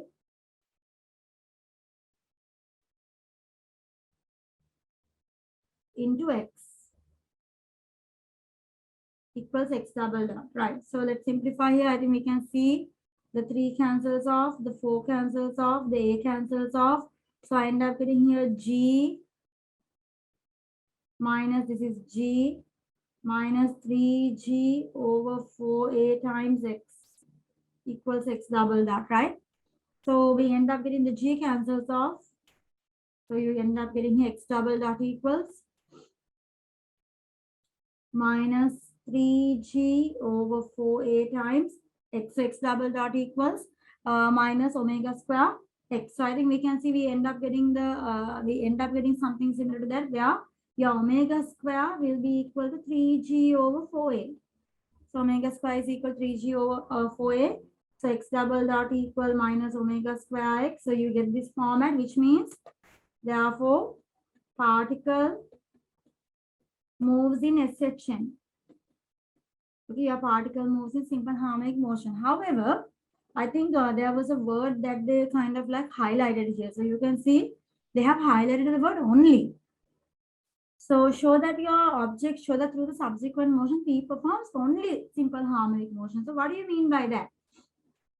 So the thing here is, I think, if you all are familiar, if you all are like fully familiar with this theory, so what happens here is that if you pull your particle, now when you have your equilibrium position and you pull your particle below the equilibrium position, so the amount that you pull is actually going to be the amplitude of your SHM. So the amplitude is the amount that you are moving around the center. So you can see the amplitude here is 2A/3. And and also the main rule to perform SHM, the particle performs SHM as long as the string is taut. So the string has to be taut; it cannot be slack. So the string becomes slack if the particle. Now this particle comes between. It's going to move 2A/3 up and 2A/3. Down and up, isn't it? So SHM, you move 2A/3 below the center. Again, you go up and you go another 2A/3 above the center. That's how it would go if it is moving in the full SHM. So is that the case here? So you can see the main thing you have to check here is you need to see whether the particle performs, whether the particle will, while it's moving up, while your particle is moving up, whether it goes on to this region where the string becomes slack, where it moves above, above its the natural length line. So I have marked it over here. So whether will it move above this particular line? Because if it moves above the particular line, then your object, the string becomes slack, and the simple harmonic motion will it won't be a full simple harmonic motion. So as you can see here, my amplitude is 2A/3, so it moves 2A/3 below and supposed to move 2A/3 up. So you can see it, the string has a extension length here above the center. You have a 4A/3 extension, so which means we are there is enough, we have enough length here to perform a 2A/3 oscillation, isn't it? So therefore, your particle is going to fully perform SHM. So for example, if I say, what if the amplitude was like something like 5A/3? So if your amplitude was 5A/3, so you can see it's going to be the 4A/3 is not enough to cover. So if your amplitude was a value like 5A/3, then your particle will move above this particular line and then it will start to go up. But here the string becomes slack, and then when the string becomes slack, you don't have SHM. So here your particle will move like an object moving freely under gravity. So that's a whole separate story. So in here, we don't need to consider that. Why? Because of a particle, the amplitude that we have is lesser than the natural extension. So therefore, we don't need to worry about that. So we just need to mention it here. They asked us to explain that. So show that it performs only SHM. So you can say the amplitude equals to 2A/3 is lesser than 4A/3, the natural extension.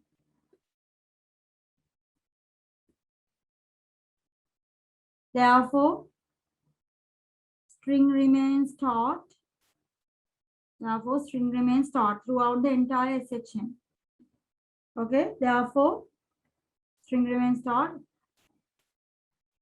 Hence, particle always performs SHM.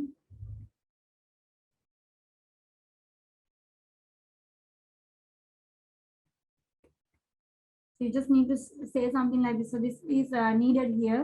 They need to say this here and they need to see the explanation here because the word is highlighted. You need to show that throughout the entire motion, you are only performing simple harmonic motion. Okay, right.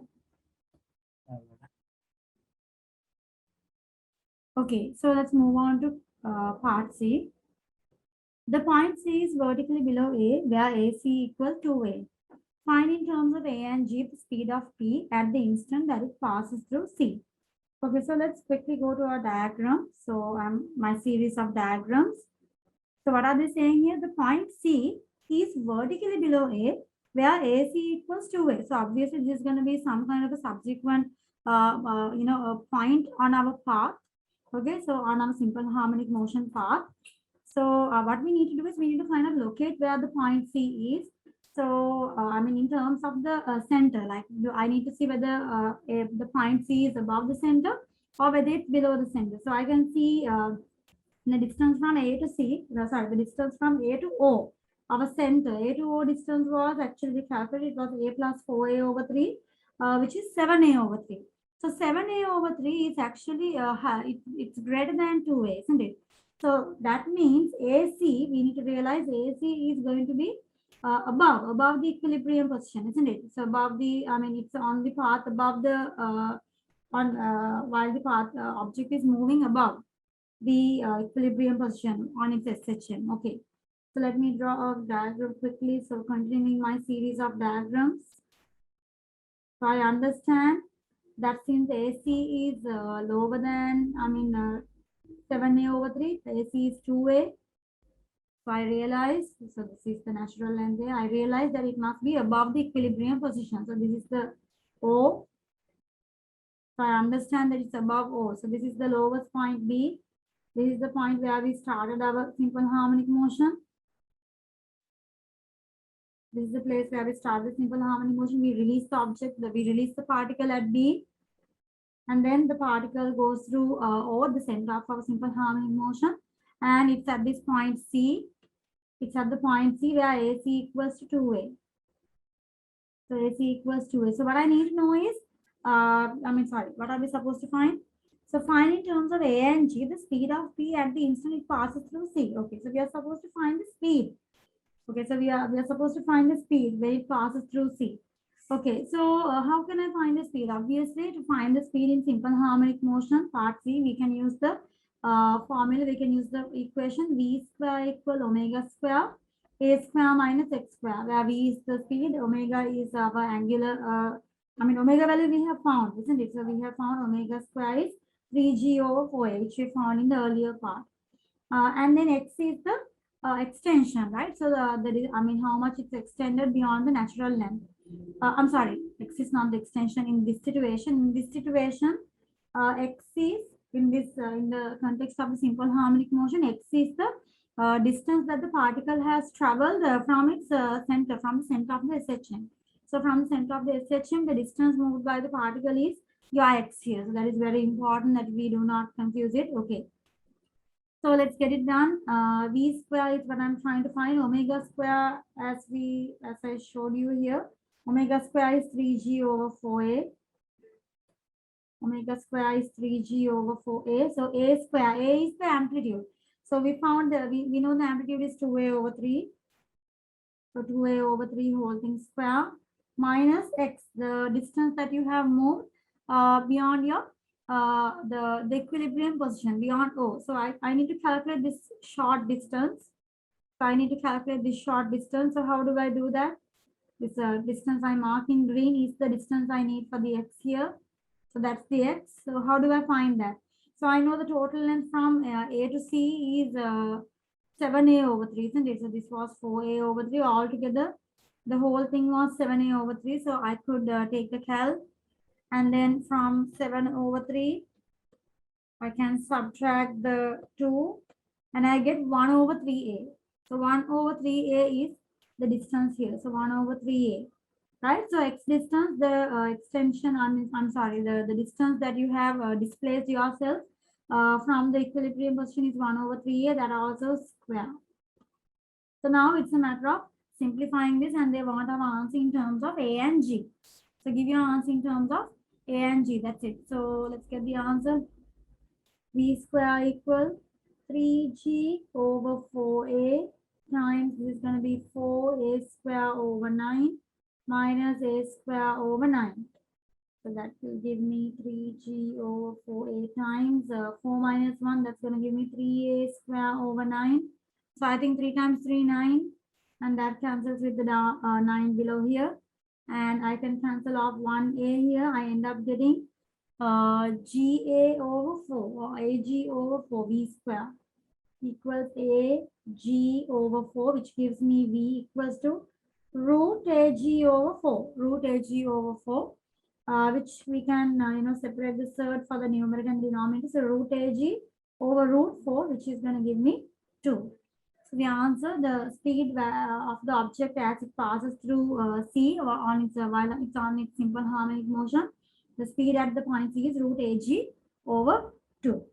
Okay, so moving on to part D.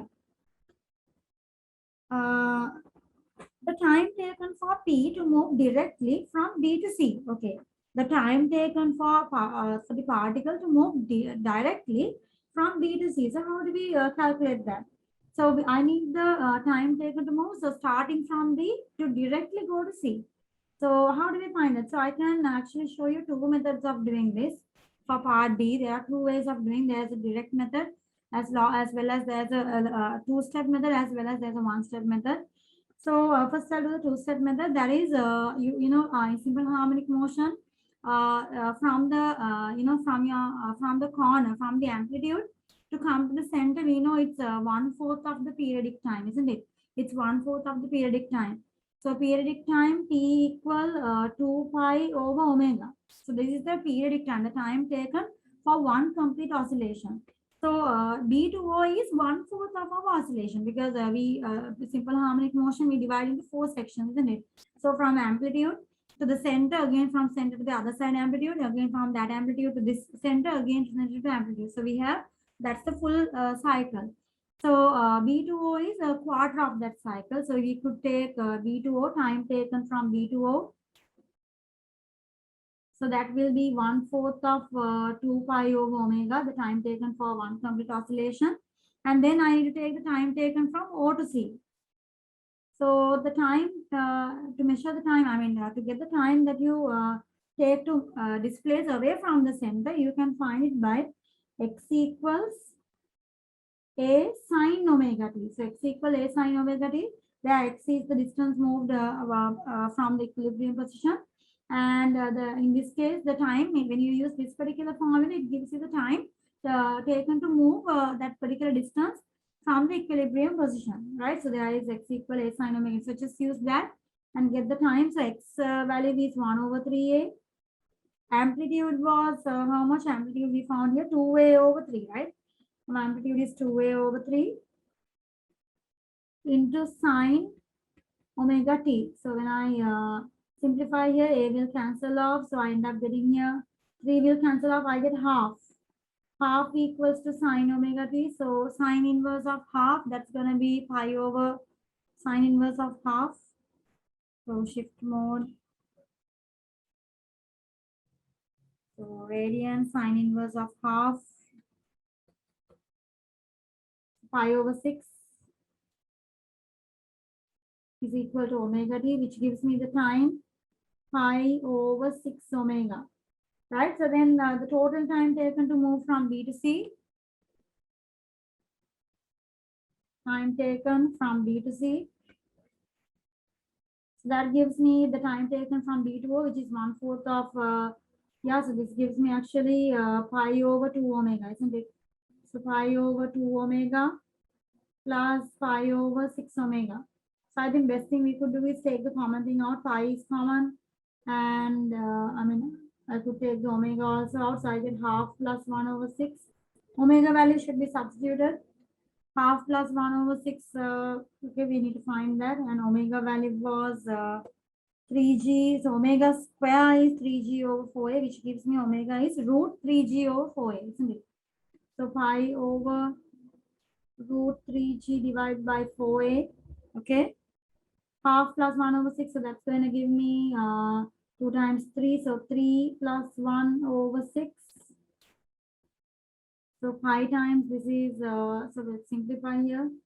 So this is going to be root, I can bring the denominator up, root 4a over 3g into this is 4/6, right? So simplify as much as possible and get the answer. So I end up getting here, I can cut the 2 times 2, 2 times 3. So I get 2 pi over 3 into root 4a over 3g. So of course, you could simplify it a little bit further. And you could bring the 2 out. So the 4 can come out of the root as 2. So you end up getting 4 pi over 3 times a over 3g. Right? So this is the answer you get. Have they told us any other format? The time taken for P to move directly from B to C in terms of A and G. Yeah. So that's it. Right, so this is the time taken for the particle to move from B to C. So this is one way of getting it. So you can see it's a little bit long. So there is another shorter version of this. So let me refer the diagram to show you the other method. So the second method of getting the time, we can directly use the shorter method, x equal a cos omega t. So x equal a cos omega t. So in cos, when you are using x equal a cos omega t, your the simple harmonic motion must be measured. I mean, it should start from the amplitude. So when you use x equal a sin omega t, your simple harmonic motion starts from the center of your SHM, while when you're using x equal a cos omega t, your motion should start from the amplitude. So as you can see in this situation, it starts from the amplitude at the B, but you can see it has passed over and it has gone to the other side, right? It has passed the center and it has gone to the other side. So x is anyway the distance you measure from the center. However, since it has passed the past the 1/4 of this area that is above the how do you say above this particular amplitude, since it's on the other end, the x value you use here should be -1/3. Okay, because you are on the other side. So if you go over here, you would put the x value directly from the center, and that does not need to be negative. But when you have passed the so you are measuring the time from the amplitude, but you have passed the center and you are on the other side. So then you should use -1/3a equals a cos omega t. So the a will cancel and I get -1/3 is cos omega t. So use cos inverse of -1/3.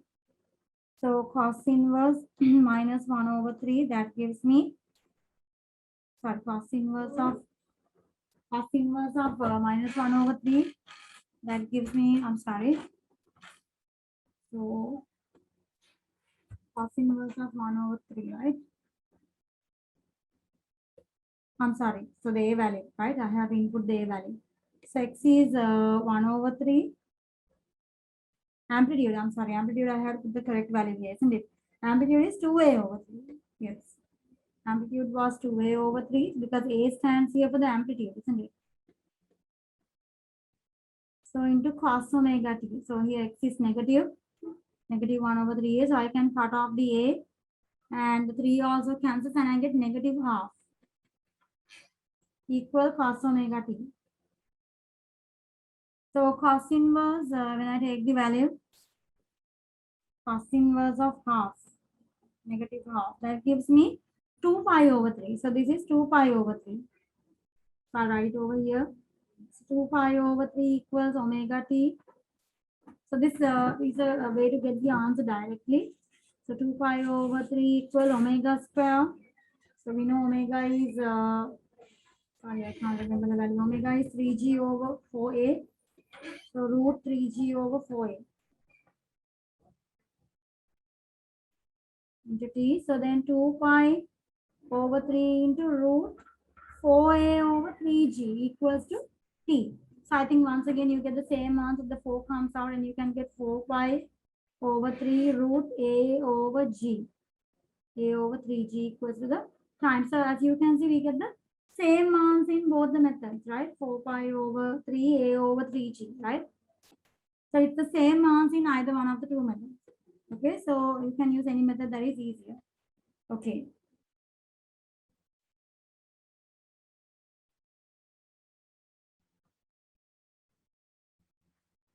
Okay, so moving on to question number 7.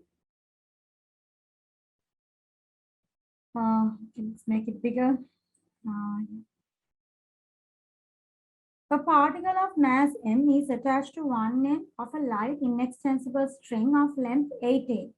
The other end of the string is fixed to a point O on the smooth horizontal surface of a disk. The point E is on the edge of the disk, okay? OE is 5a and OE is perpendicular to the edge.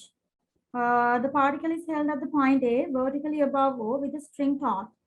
The particle is projected horizontally from A with speed root 8 ag in the direction OE as shown in figure 5. Okay. When the particle is above the level of O, the particle is moving in a vertical circle with radius 8a. So I think it's pretty obvious, right? So you kind of like throw the object to the horizontal direction. So the string is fully taut. So when you throw it, I mean, you can see it's obviously going to follow a circular path. So if I draw its path, you can see something like this, right? So you can see something like this. So it follows a path like this. And then what are they saying? Okay, when the particle is moving above the level of OE, the particle is moving in a vertical circle with radius 8a. So I think that's pretty obvious. So while it's above the level OB, so it's moving in a circle with radius 8a. And then given that when the string makes an angle theta with the upward vertical through O, the string, the tension in the string is T, show that T equals, okay. So we have to show that, and it's a 7-mark question. So the gravity of the question depends on the number of marks. So we can expect to do some amount of work here, fair amount of work here, right? So let's get started. The first thing is that we consider the motion. So I think you can see this question will be divided into 2 parts. One for the circular motion, for part A, we need to only consider the circular motion that's going to happen above the OE, above the desk, right? So, and so let's consider only that part for now.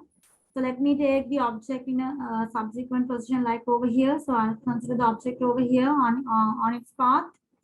So this is the object, right? So it's moving here with an unknown speed. At this point, we don't know the speed. The angle it makes with the upward vertical is theta. That's given. The angle with the upward vertical is theta. And then what else have they told? The mass is m. So we'll mark the weight. Weight would be mg. So I think I can take the theta as alternate angles to here as well. So what else do I have? What other forces do we have? So we are moving under the action of a string. Obviously, we will be subject to tension, right? So there will be tension on the string. So we have tension on the string, okay? So I think that's it, right? So there's no normal reaction. It's not touching any surface. So it's moving freely in here. So there's tension and there's weight, okay? So they're asking you the particle is okay. So with root 8 Ag, okay? So then we are supposed to find the tension in the string, okay? So then when you are doing this particular question to find the tension in the string, there are 2 things we need to do. There are only 2 things to consider. The first thing is conservation of energy. So in these vertical circular motions, always we just need to do 2 particular things: conservation of energy and F equal ma towards the center. So first I'll use conservation of energy. By using conservation of energy, I can find the value of this V. I can get a general idea for the value of V, and then I have used F equal ma towards the center, which can help me to find the tension.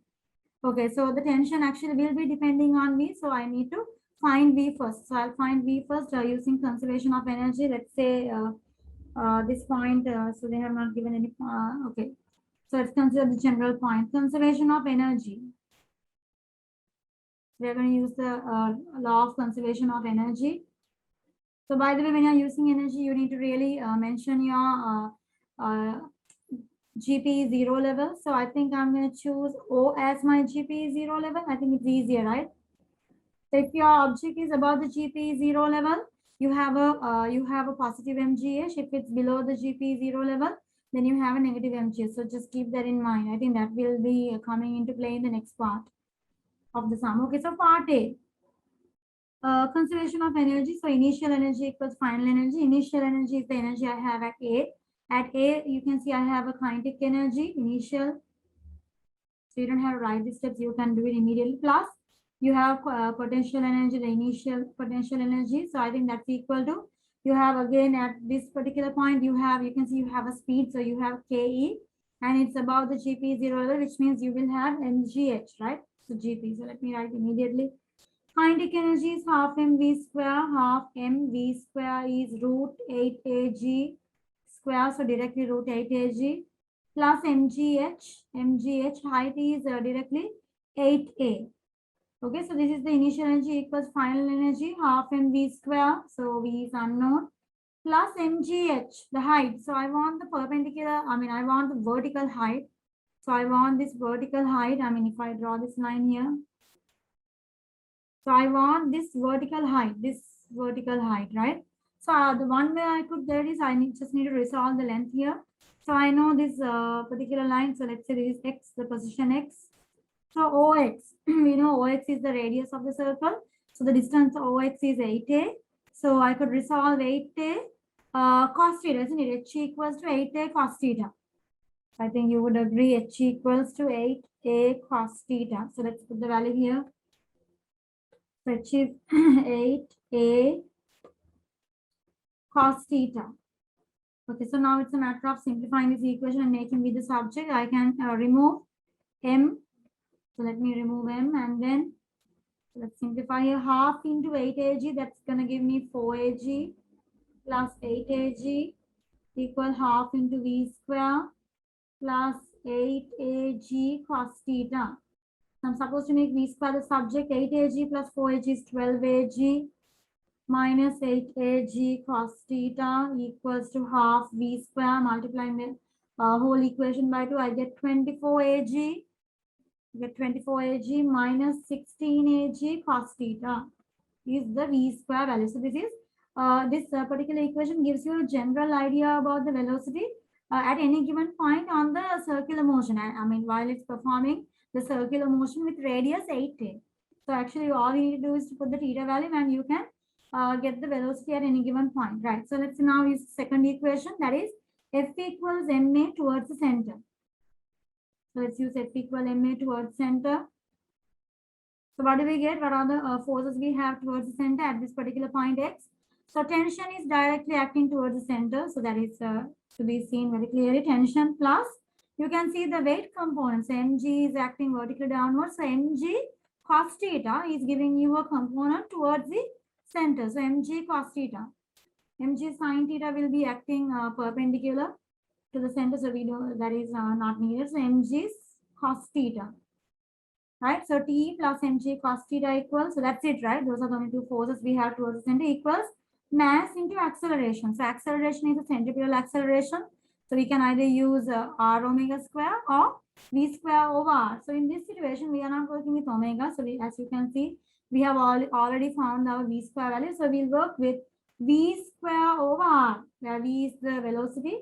And r is the radius of our circle. So let's substitute the values. Tension is what we are trying to find, plus mg cos theta equals m. The radius is 8a, isn't it? Radius is 8a. V square is 24 ag minus 16 ag cos theta. So it's a matter of simplifying this equation and making tension the subject. So we should be able to get the show that. So I'll open the bracket here. So 8 and 24 cancels to give me 3 mga or 3 amg minus 8 times 2 is 16. So 2 mg a cos theta. Is that okay? I think the a cancels. I'm sorry. A cancels off with the a here, isn't it? The a cancels off. So there's no a here.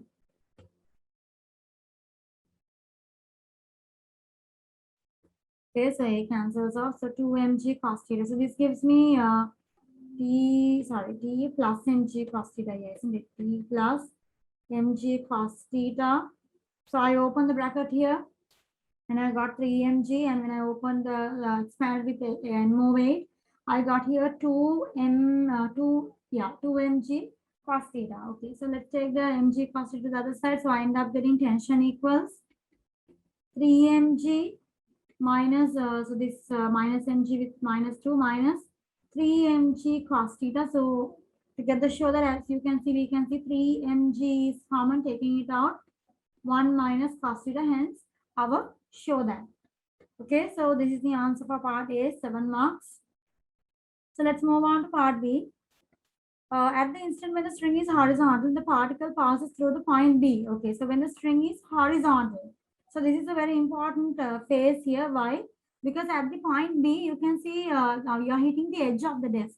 The moment your string hits the edge of the disk, I think you need to see here. So this is 5A, the remaining length here is 3A. So this edge E, actually this edge E will become the center of the new circle with radius 3A. So I hope you guys can understand that. So this is going to be a new circle with radius 3A.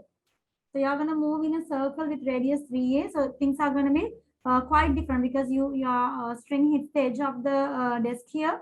So when then the part that is, the part that is outside, the EB length is going to be the radius of the new circle. So you have another new type of vertical circular motion happening once you reach the horizontal level.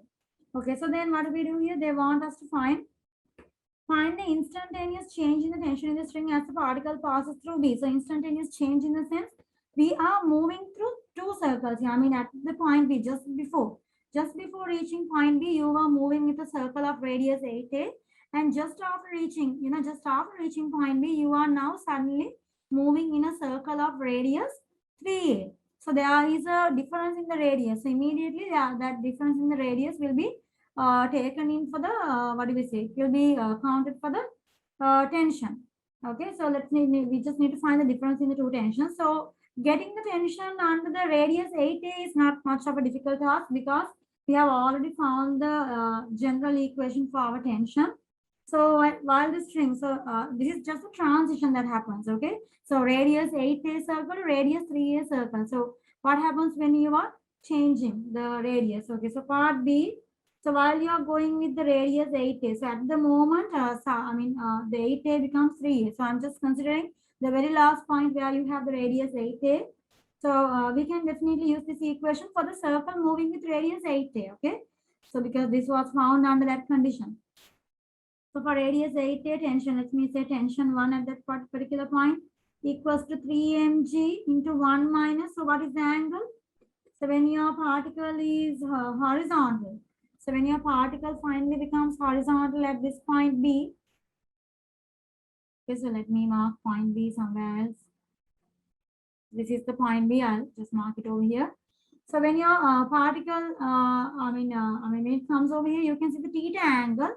So at point B, theta becomes 90, isn't it? So your angle to the horizontal, the upward vertical makes a 90 degree with OB. Okay, so that's a 90. So it's a cos 90 here. So you can easily get the tension. So the cos 90 here. So that gives me cos 90 is 0, isn't it? So 3 mg into 1 minus 0. So the T1, tension 1 is 3 mg. So this is the this is the tension you experience at the point B with the radius 8a circle. So now I need to consider the tension that I experience for the radius 3a circle. So what I need to do here is let me consider this tension here. So for the radius 3a circle, let me mark the tension is tension 2. So we'll apply F equal MA towards the center. So for radius 3a circle,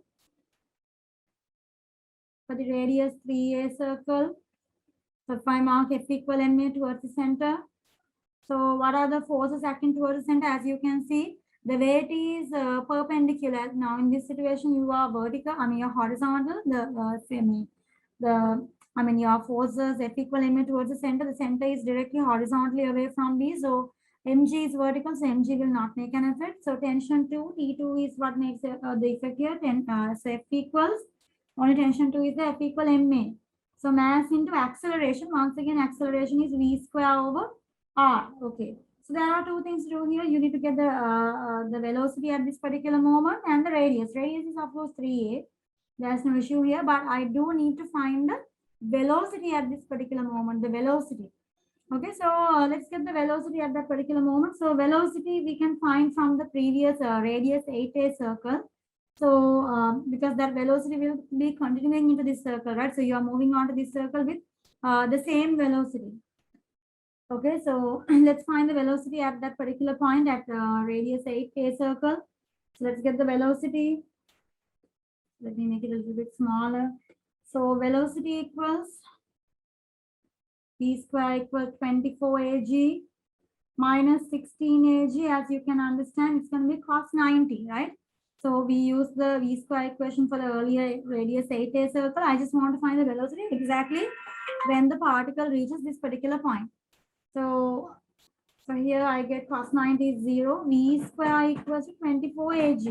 So that's all I need. V square is 24 ag. So let's put that value over here to get the tension 2. So T2 equals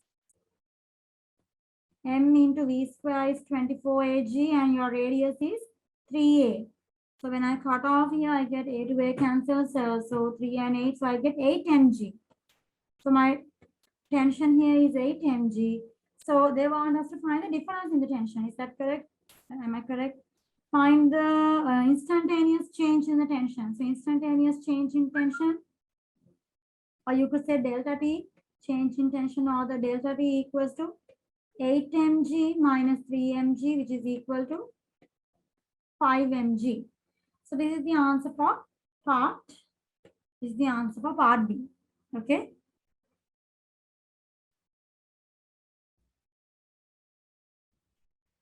Okay, so now let's move on to part C. The particle hits the vertical side EF of the disk and rebounds. Okay, so as you can, I mean, it's quite obvious. So after you reach point B, your circle starts to move with the new center. So E is the new center of the circle with radius 3a. So obviously your particle comes down and it hits the desk. Okay. So they say, and it rebounds. So you hit the desk and it rebound. As a result of the impact, the particle loses 1/3 of the kinetic energy it had immediately before the impact. In the subsequent motion, the string becomes slack when it makes an angle alpha with the upward vertical through work, or show that cos alpha is 7/12. Okay. So before we go for the subsequent motion, I think the most important thing is you need to find first the speed with which you strike the disc, because after that they say you lose 1/3 of the kinetic energy, which means you have to again find the new speed that you are rebounding. You have to find the speed of rebound. Okay. So let's get it done. So I'll consider the point where you are hitting the desk. So we'll take it over here.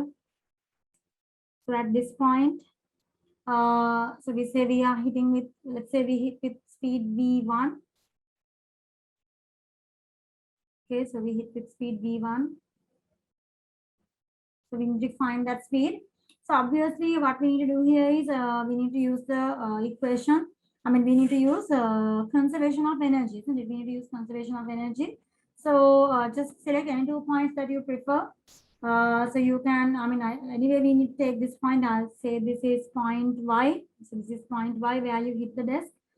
So you could apply conservation of energy from D to Y, or you could apply conservation of energy from A to Y. It really doesn't matter. So I'll use from B to Y because I feel it's easy. I already have the velocity over here. This velocity we found earlier, right? V square is 24 ag, which means V was root 24 ag. So these things were found earlier. So, okay, so let's start from here. So I'll apply conservation of energy from B to Y. Okay. So my GP0 level is exactly at the OB level. Okay. So so just keep that in mind. So I'm going to find the speed at which it strikes the desk. Okay. So I'm using conservation of energy from B to Y. So initial energy, I only have the kinetic energy. As you can see, I only have the kinetic energy at the level B. We only have kinetic energy half mv square. Okay, because GP is 0, because it's at the GP 0 level. Equals at the position of Y, we need to find the speed with which it strikes. So we have KE half mv1 square, and plus you have your mgh. So you have your mgh, the kinetic energy, the potential energy. So my potential energy is below my GP 0 level, which means I'll mark it minus. So minus mgh, height is, so the vertical height here is the radius 3a, isn't it? So your height is the radius 3a. Okay, so now it's a matter of making we have to make V1 the subject. So I end up getting here half. V square was V square with the value we found over here. So this is root 24 ag. So V square is simply 24 ag equal half V1 square minus 3GA. So this is 12GA or 12 ag plus 3 ag equal half V1 square. So 12 plus 3, that gives me 15. 15 ag into 2, shall I direct that? So that's going to give me 30 ag equals V1 square, right? 30 ag equal V1 square. So that V1 equals, yeah, so let's just keep it V1 square for this point, because they say here the particle hits the vertical side EF. Okay, so we found it hits the vertical side EF with a velocity of root 30 ag, and it rebounds. As a result of the impact, the particle loses 1/3 of the kinetic energy. Okay, so the particle loses 1/3 of the kinetic energy. So what was the kinetic energy before impact? Ke before impact. So kinetic energy before impact was half mv1 square. So half into mass into 30 ag. So what happens is kinetic energy after impact, you lose 1/3. So after impact kinetic energy, so you lose one third, or you have, sorry, how much is it? The particle is okay as a result of input. The particle loses one third of its Ke. So it loses one third and it keeps, it retains two thirds of its energy, isn't it? So the particle loses one third of the energy, but it keeps two thirds. So after impact, you have two thirds of the before amount. So two thirds of the amount that you had before. 30 AG, isn't it? 30 AG. So let's get the KE after impact. So I get here 2 and 2 cancels, 1 over 3 into M into 30 AG. So I get here 10 MGA. Kinetic energy after impact is 10 MGA. So I need to find the speed that it rebounds. So V1 is the speed which it hits the wall, hits the side of the desk. So I need to find the speed with which it rebounds, V2. So I'm trying to find V2, the speed of rebounding. So I know the kinetic energy after impact is 10 MGA. So using half M V2 square, the kinetic energy after impact, so let's say it's half M V2 square. So M will cancel off. And I get here V2 square equal 20 GA. So V2 square is 20 GA. Okay. So V2 square is 20 GA. Okay. So now what do we do? So we do the rebounding. I mean, you rebound with root 20 GA, 20 AG. Okay, GA, AG, both are the same. Okay. So now what are we supposed to do in the subsequent motion? The string becomes slack. Okay. So now we need to ask yourself the question, how does the string become slack? Now, you know, at this point, E is the center of your circle, and you know, while you are kind of like below, now, you know, this EB is the horizontal. So you can see you are below the horizontal. So while you are below the horizontal, while you are performing a circular motion below, so actually in this part, so while you're moving in this particular path, you really don't have a chance for your string to be slack because your weight is always acting downward. So there is no way that the string becomes slack while you're on this path. So for the string to be slack, so you really need to realize here for the string to become slack, you really need to move somewhere over here. I mean, like this area is where when you are moving above, when your weight acts against the tension, supporting the tension actually is supporting the tension that you have a chance of where the string might become slack. So you need to realize that this area, so this is the area where the string becomes slack. So they say here the string becomes slack.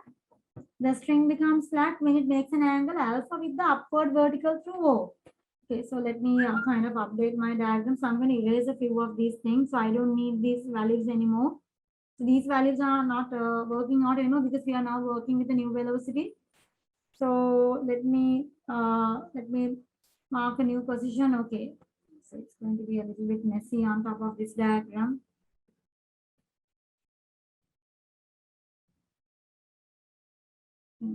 All these things. So I'll mark a position like this. So this was the earlier one. Okay. For the new one, let me mark it somewhere over here.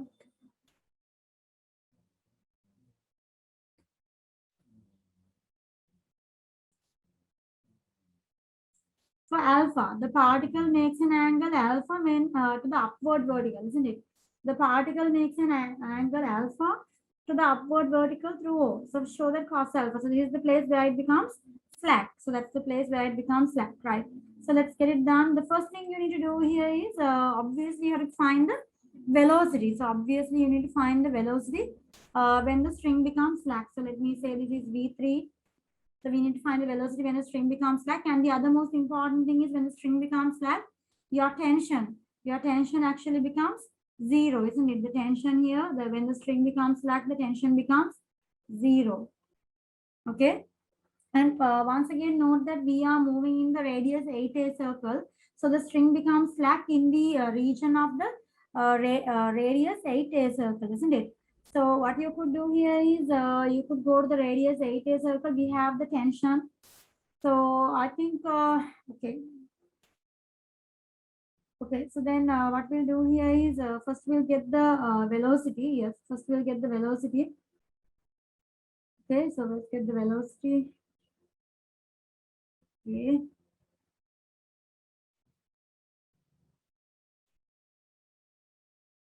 Okay, so what we need to realize here is that even though we are moving in the radius 8a circle, we really can't use any of the equations which you derived in part A.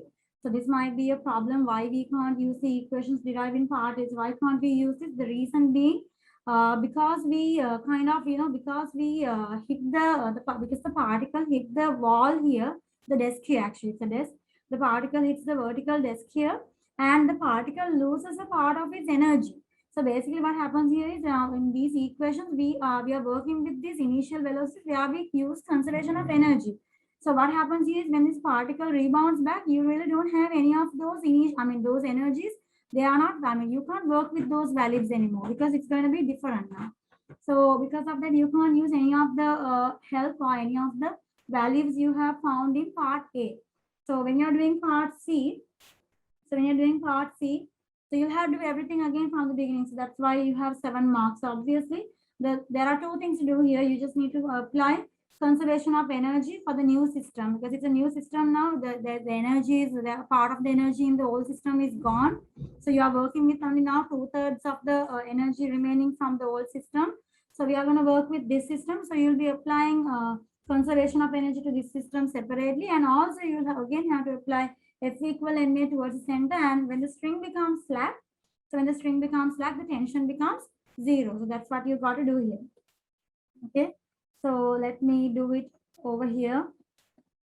So I'm going to apply the law of conservation of energy. So this is part C, right? Yeah. So this is part C.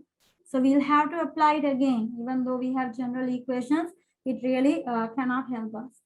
Okay, so apply conservation of energy from so y to, let's say, this point, the slacking point. Let's say the slacking point is point D. So the slacking point. So I'm going to apply conservation of energy from y to D. Okay. So initial energy. So I'm gonna my GP 0 level is there, so I will be holding it. So GP 0 level is there. So I can see at the beginning at y I have negative mgh, negative mg into 3a. You have kinetic energy half mv2 square. Okay, so that's the energy you have at y equals the energy at d. You have half mv3 square because you have definitely you have a speed at the point d. Plus you have mgh, so the height. So I need to get the the vertical height here. So how do I get the vertical height? So this vertical height, as you can see, this vertical height, the radius is 8a. The radius is 8a. So OD distance is 8a. So 8a, the alpha, as you can see, can be replicated over here by vertically opposite angles. The alpha, we can take it over here by vertically opposite angles. Can you see this alpha over here by the use of vertically opposite angles? Okay, so then I can get the height here, 8a cos alpha. So this height here is 8a cos alpha. Okay, I'm making it smaller, so let's write here mg into 8a cos alpha. Okay, so right, so let's work on it. So alpha is unknown, v3 is unknown, so I'll just try to find v3. I'll try to find v3 here now. So I can remove the m here. Let's remove the m. So I get here minus 3ga plus half v2 square. So v2 square was the value we found 20 ag. v2 is root 20 ag. v2 square is directly 20 ag. Equal half v3 square plus 8ag cos alpha. So I think I'll multiply everyone by 2 because I just need to make v3 the subject. So I end up getting here minus 6ga. Multiplying by 2, I get 20ga equal v3 square plus 16ga cos alpha. Ga, I kind of keep mixing it up, right? Okay, so taking everything to one side, 20 minus 6 gives me 14ga minus 16ga cos alpha. So this is the v3 square, the velocity at that particular point, right? So is this correct? 14ga minus 16ga cos alpha. So that's the velocity at this point. And now you apply F equal ma towards the center again. We do the same kind of story. So F equal ma towards center. F equal ma towards the center. And we end up getting the towards the center. So as you can see again here, if I enlarge my diagram, So I have the mass here, mg. So the tension is acting towards the center, and we have mg cos alpha acting towards the center, isn't it? So tension acting towards the center and mg cos alpha. So tension plus mg cos alpha. So actually equals mv square over r. Okay, so as you can see, tension when the string becomes slack, so we are at the point where the string becomes slack, tension becomes 0. So the velocity value, velocity here is the v3 square. At that particular point when the string becomes slack, the velocity is v3. So v3 square, radius will be 8a. So let's put all the values. mg cos alpha equals m over radius is 8a now, because we are moving the radius 8a circle. V3 will be 14 GA minus 16 GA cos alpha. So I kind of can see I can remove the M. So let's remove the M. And I'll bring the 8A over here. So I get 8 GA cos alpha. Is that okay? I brought the 8A over here. 8A into GA cos alpha equals 14 GA minus 16 GA cos alpha. I think again, once again, G is common. A is common, isn't it? So bringing 8 plus 16 cos alpha, 8 plus 16, that gives you how much? 24, right? So 24 cos alpha equals to 14, which gives me cos alpha equals 14 over 24. So should give you the simplified answer, isn't it? 14 over 24. So that gives me 7 over 12. So which is our, show that, right? Cos alpha is 7 over 12. So 14 over 24, which equals to 7 over 12, hence our shoulder. Okay, so this is the end of the M3 2021 IAL paper.